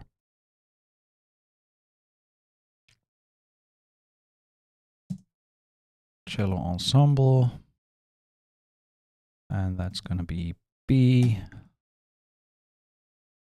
and spiccato. So just trying to utilize the stuff that I already put down for the solo cello. So now the ensemble takes that over. Gonna move this to spiccato. No change other than that. Probably gonna duplicate that with the violas an octave above. Same thing. Viola ensemble. This is going to viola short. And by the way, I should reroute these to cello short. Wrong. There we go. Take this, move this up an octave. All of you guys, please. And hey Sergio, and change this to viola, which I haven't done yet. Violas, key switch. For whatever, something that is new about the Strezov libraries is that they now have automatically set up their mic positions to the same way that Spitfire Audio has done, with the close on 22, tree on 23, and the outer mics on 24 and 25 and following. So since I copied this over from the Spitfire section, it now leaves me only with the mid mics. So the only way to fix that is to go into my mic settings. Sorry, mic mix, and add the other ones to this. So I just have to quickly check. Yeah, that is plus 12, so probably 81 or 101. Yeah, 81. That's 0. So I'm gonna put 81 on the close mic and 81 on the room mic, and gonna copy this over to the cello, to the celli. So now when we open this up, now we have the full mic mix. Okay. So playing that back.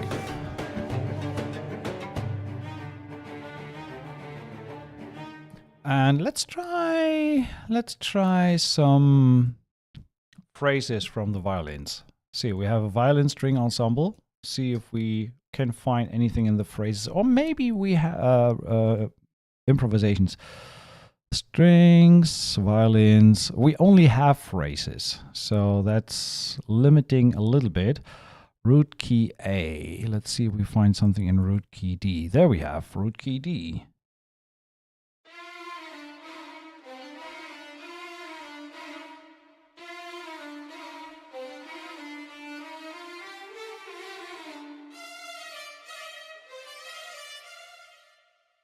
I mean, this is like, it's a phrase that you can only use once, and hopefully you are the first to use it when you use it in a commercial release or in a professional release. Otherwise, it's very iconic and hard to use again. We could try to approximate something similar with a multi-patch, but it does sound nice.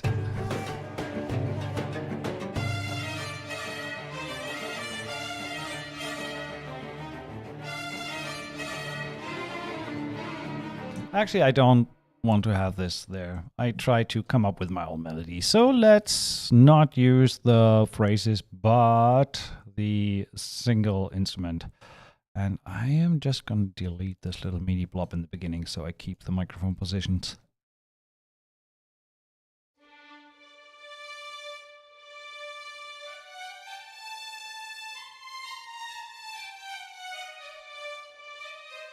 Let's do mono legato and a slower legato speed.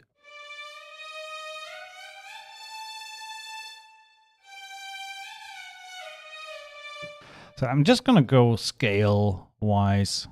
Yeah.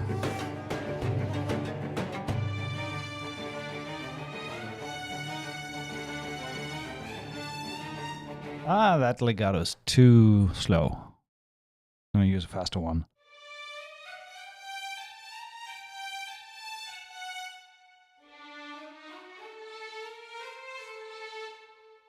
So just jumping around the scale notes and see if I can come up with something that is roughly melodic. I'm going to copy the percussion loop there. Maybe thin it out a little bit for that part. So just use the bottom 4.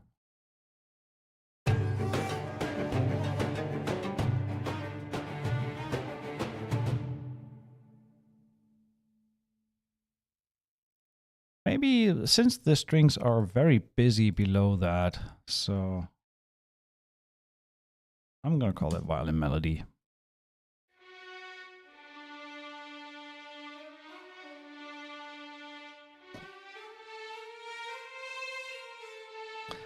Go a little bit more relaxed on the melody.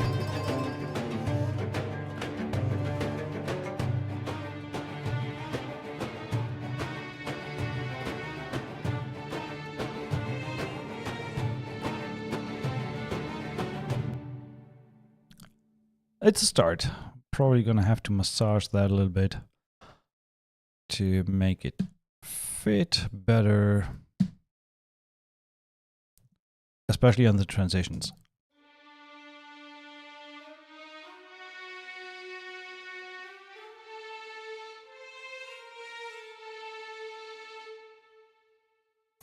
I want to have a slow transition on this one. So what I'm going to do is I'm going to learn the speed to a MIDI controller. I'm gonna re-record this or overdub this.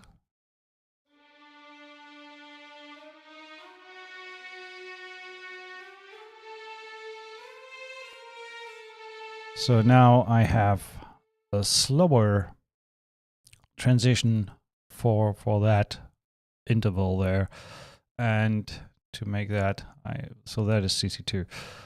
I'm gonna go ahead and delete all the other notes. So leave that there, leave that there, and then here go back to the higher interval. Like this. So now only this transition has the change in tempo.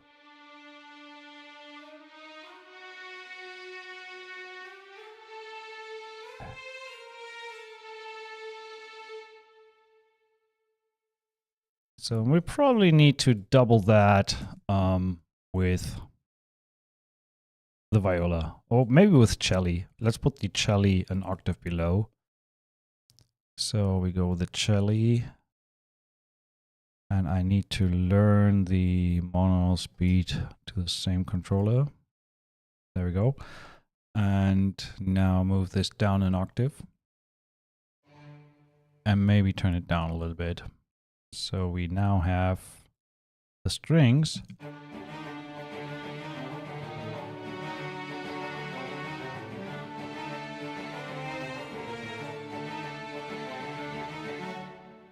Nice, I like that.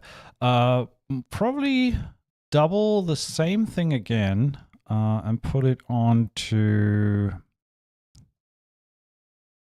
a woodwind. We're gonna load the first one that we listened to in the track in the instrument walkthrough, the ney, because that legato sounded really, really nice. So trying to get away from utilizing phrases, but more the individual sounds. So ney on its own, probably an octave higher.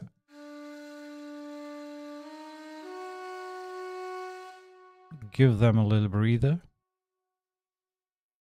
Makes it a little bit more real.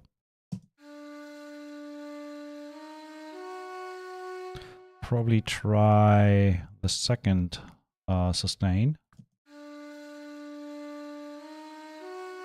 No, the fourth one was nice. I am in the wrong octave here for the key switches, it looks like. Yeah. So that is the second.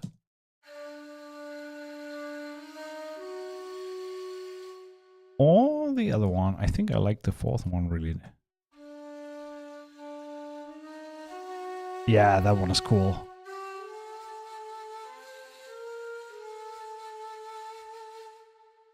Nice, I like that. And that can have a little bit of black hole. And let's make sure that this is not jumping out of the frame. So I'm going to give it a little bit of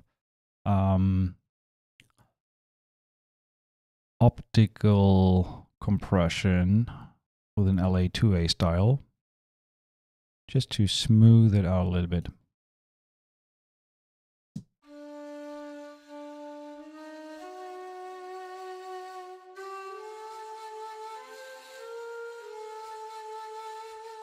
A little less jumpy in the dynamics.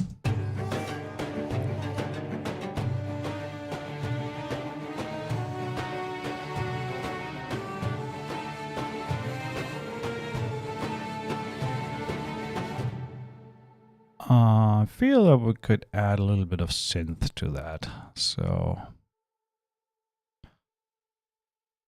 let's try maybe some serum. Not as a pulse, I want to have a single bass patch. Maybe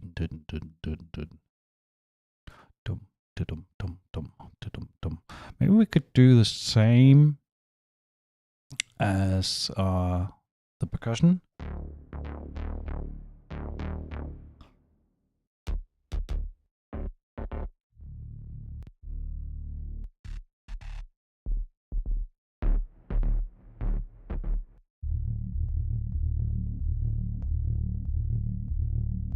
No. Oh, wow. I like that.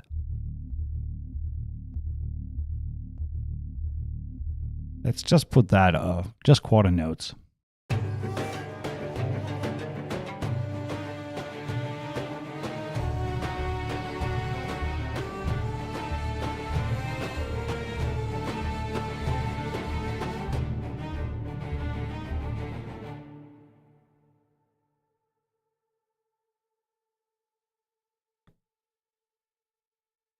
Why did the melody sound weird there? Oh, because I started late. There we go.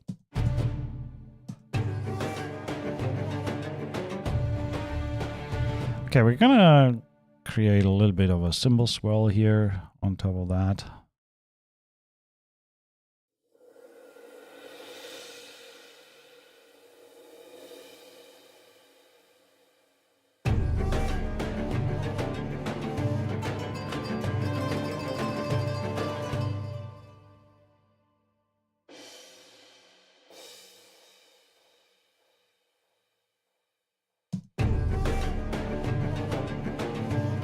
But that swell needs to happen here. There we go.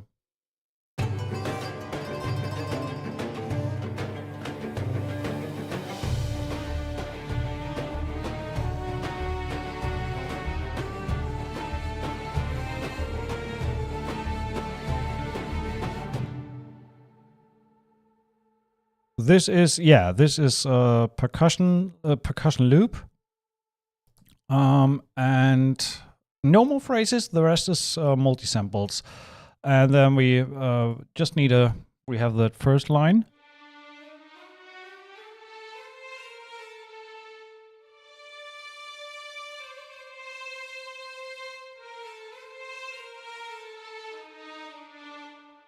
Let's try this.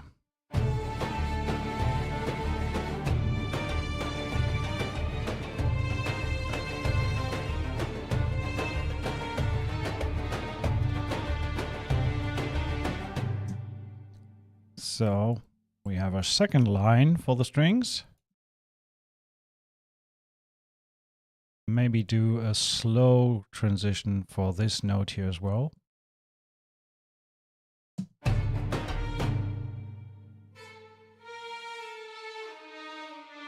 Yeah, a little bit more going down.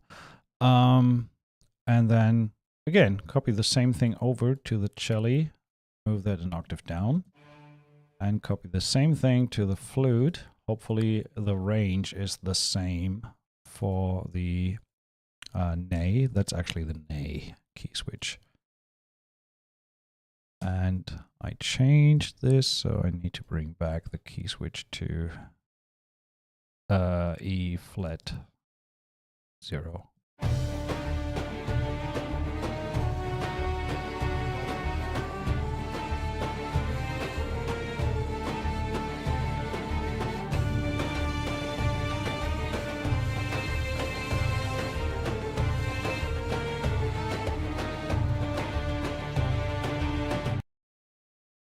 I like that.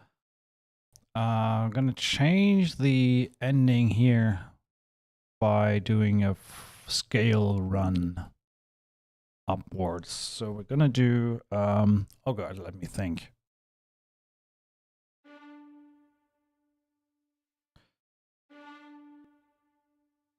Are we on shorts? That doesn't sound like shorts. No, we're not. That's sustained legato. Gonna make sure that this is on the correct key switch. So now,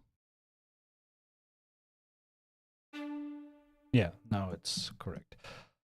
But what I want to do is, oh god, 16th notes.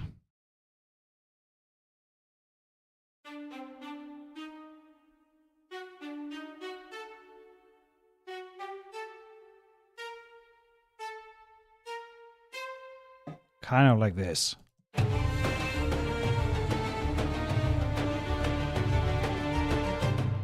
Yeah, that's what I want. Just copy the last part to the cello. Move that an octave down. And take that last part again, copy that. And I'm probably going to add a Zaz or something to this. That just plays this little run. Zaz. Do do do do do do do. Zaz. Key switch. Do we have a staccato sound for this guy? Tremolo. Dum. Maybe the dum. Dum dum dum. So gonna give it. There we go. See how that sounds on its own. Okay, that's our range. So we go an octave down. Oh, that sounds nice.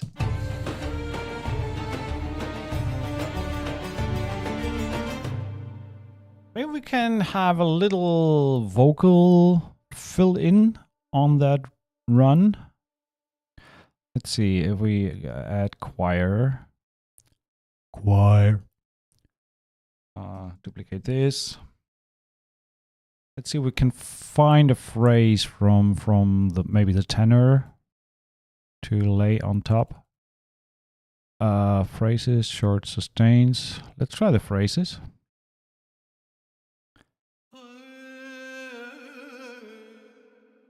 I want something in D. Via D. Yeah, something like that. And give that a bunch of reverb, possibly reset. Yeah, that's wrong. That's from the other choir. Lots of high end in this. Yeah, tame that a little bit, but yeah.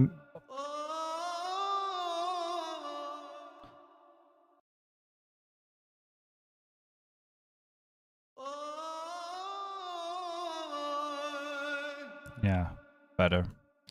So we're gonna put that in the back. Maybe move that a little to the left.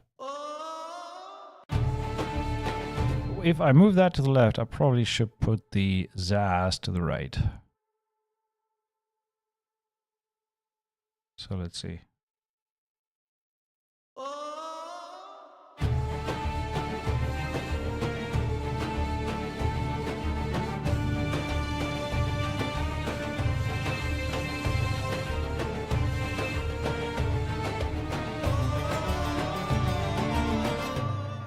Yeah, nice. Gives a little bit of flavor there without being too much present or in your face.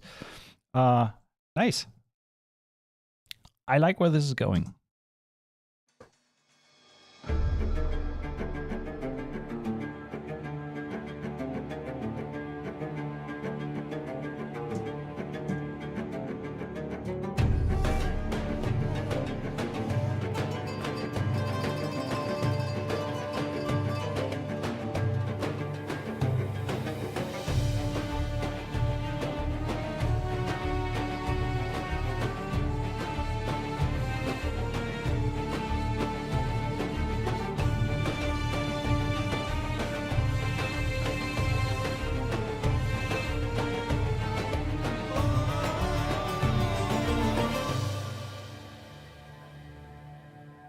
Hey, Al. So that does sound nice. I could. I'm gonna just call this like a start of a composition. Show tracks with data. So that's all we have. I'm just gonna play that once more. Wondering if we should end. No, I'm not in Andalusia anymore. I moved back to Germany. I should probably end it on D.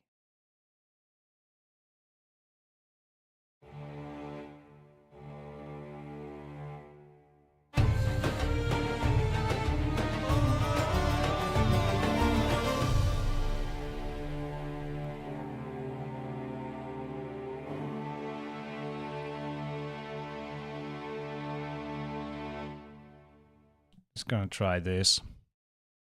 Quarter notes. Modulation.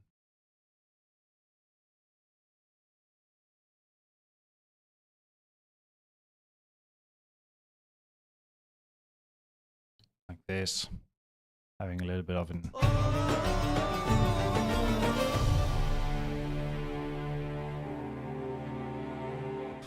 Maybe bring back another phrase from the oud here.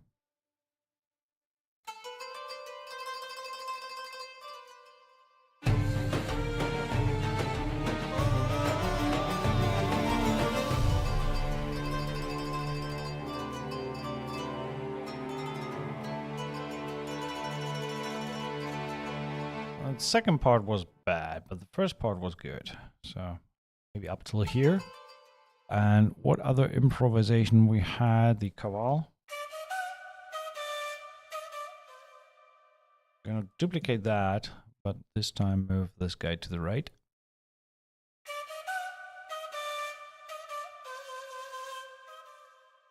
With real heavy black hole delay and shorten the release time.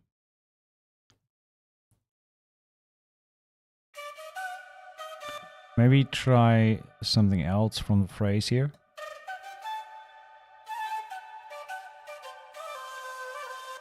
Oh, just the end.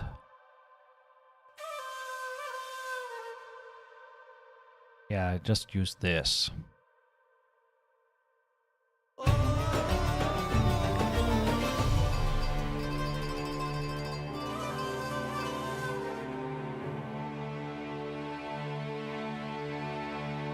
Yeah, that sounds cool, especially together with the oud there. And actually the oud is on the right, so we should put this one still on the left, like the other one we had before.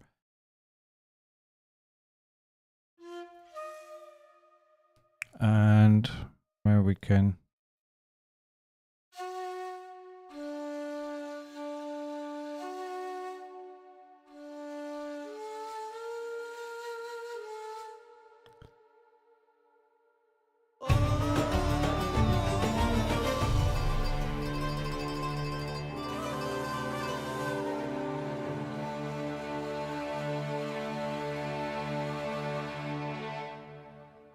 We're gonna duplicate the strings here. Cut this off, just use the same data. And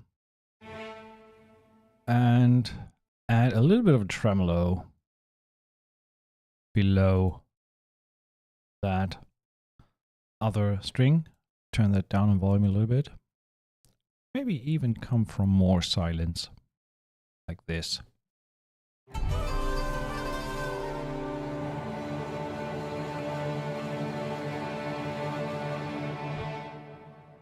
Yeah, that's cool. Adding the sub boom there once more. And I feel we could, that's not coming from the library, but I feel we could use a little bit of a gong there.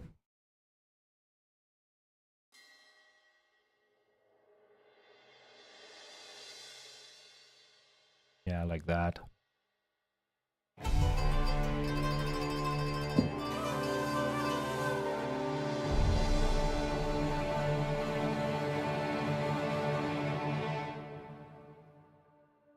Hey Sabine, hi to Saudi Arabia. So full disclosure, I have no knowledge whatsoever of actual Middle Eastern and Arabian or music at all. So all I can do here is like a Western approximation of what we would imagine, or I would imagine something deserty would sound like in a, for example, film score context. So don't expect true Arabian music being written here. That's not what I'm capable of doing. And I'm nearly done anyway. So let's see, just the tracks. A little bit of a cure. You're not from Saudi, okay. I just wanted to explain because especially for people coming in later. But I'm fine with the sound of that. Let's give it a little bit of a boost on the stereo mix. It's a little flat. So probably add, come on, Pultec.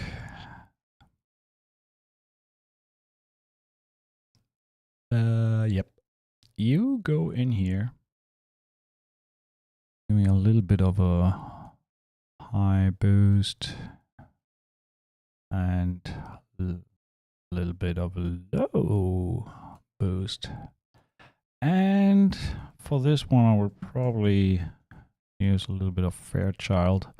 There's a nice preset in the list here for the bus, where we could either a stereo bus. That should be fine. Let's see in terms of volume.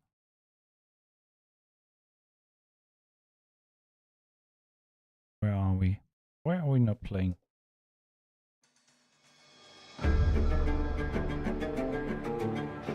And I have to show you this one plugin that I just recently got that is friggin' amazing. Music Hack Fuel. This thing is a beast on a master bus. Holy cow.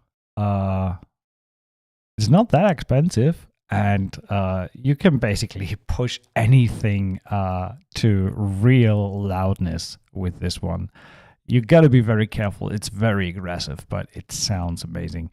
So just loading it up without changing anything.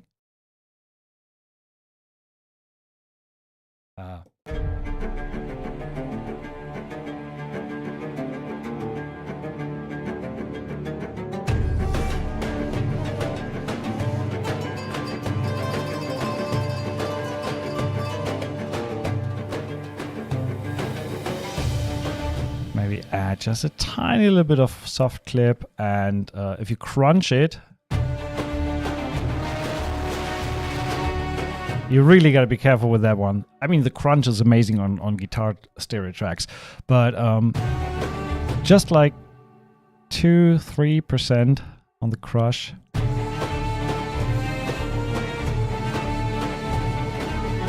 And then just put something behind that to really make sure that we're not peaking. So I'm going to add the ozone maximizer in the low latency mode with a tiny bit of added gain through peak with minus 0.2 so that I can make sure nothing is getting above 0. So that should give me a pretty decent volume on the master bus with a little bit of lifting from the EQ, from the Pultec. So let's see what that sounds like.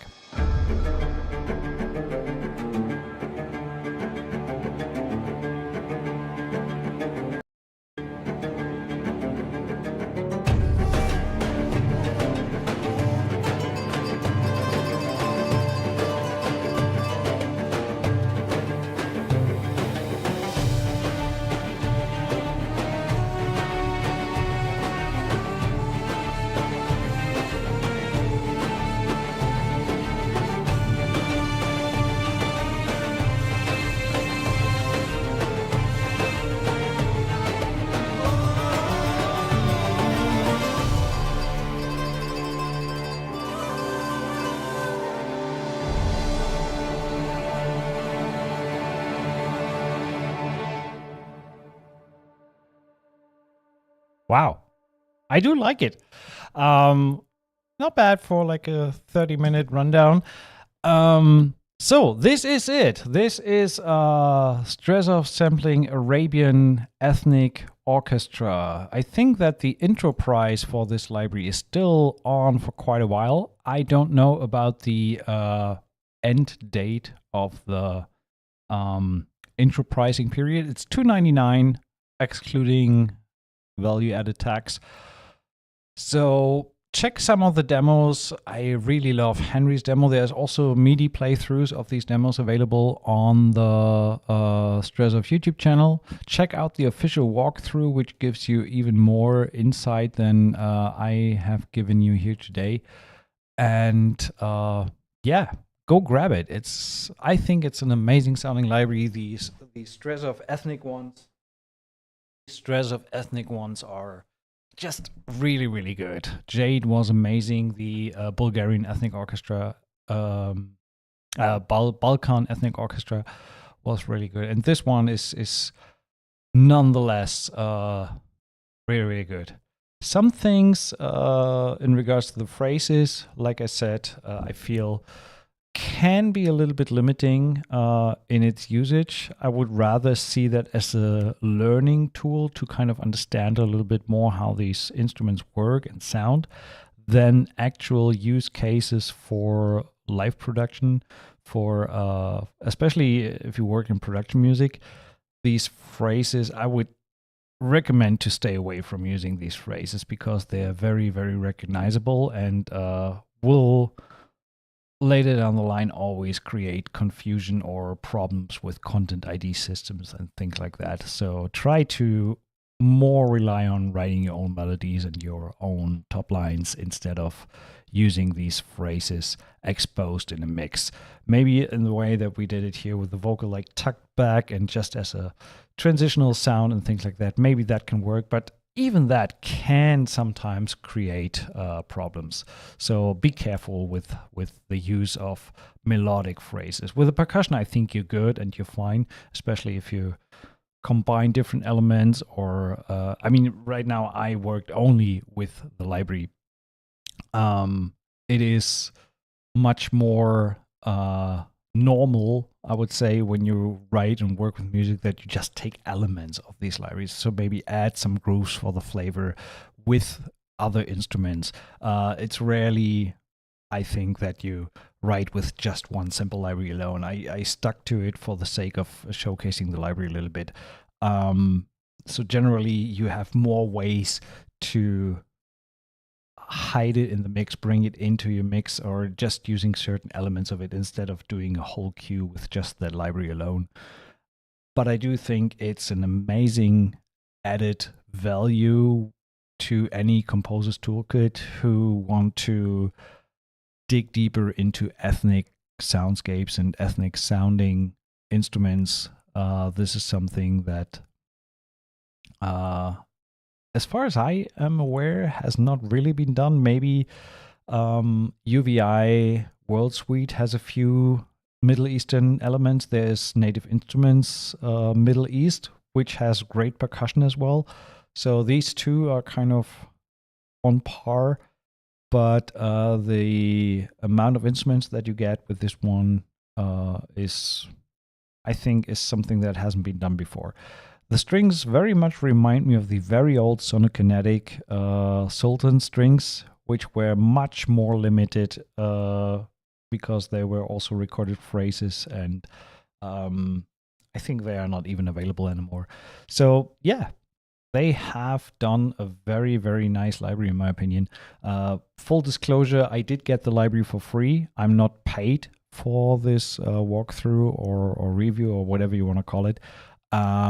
So all the opinions are my own. They have no say in what I'm saying about it. So it's my honest opinion that I think it's a really, really good library that has a few flaws that are like just inherent to phrase-based libraries, not necessarily just for this one. So thanks for tuning in and checking out this library with me. I see you very soon on the next stream and wish you all a wonderful rest of the week. Bye-bye.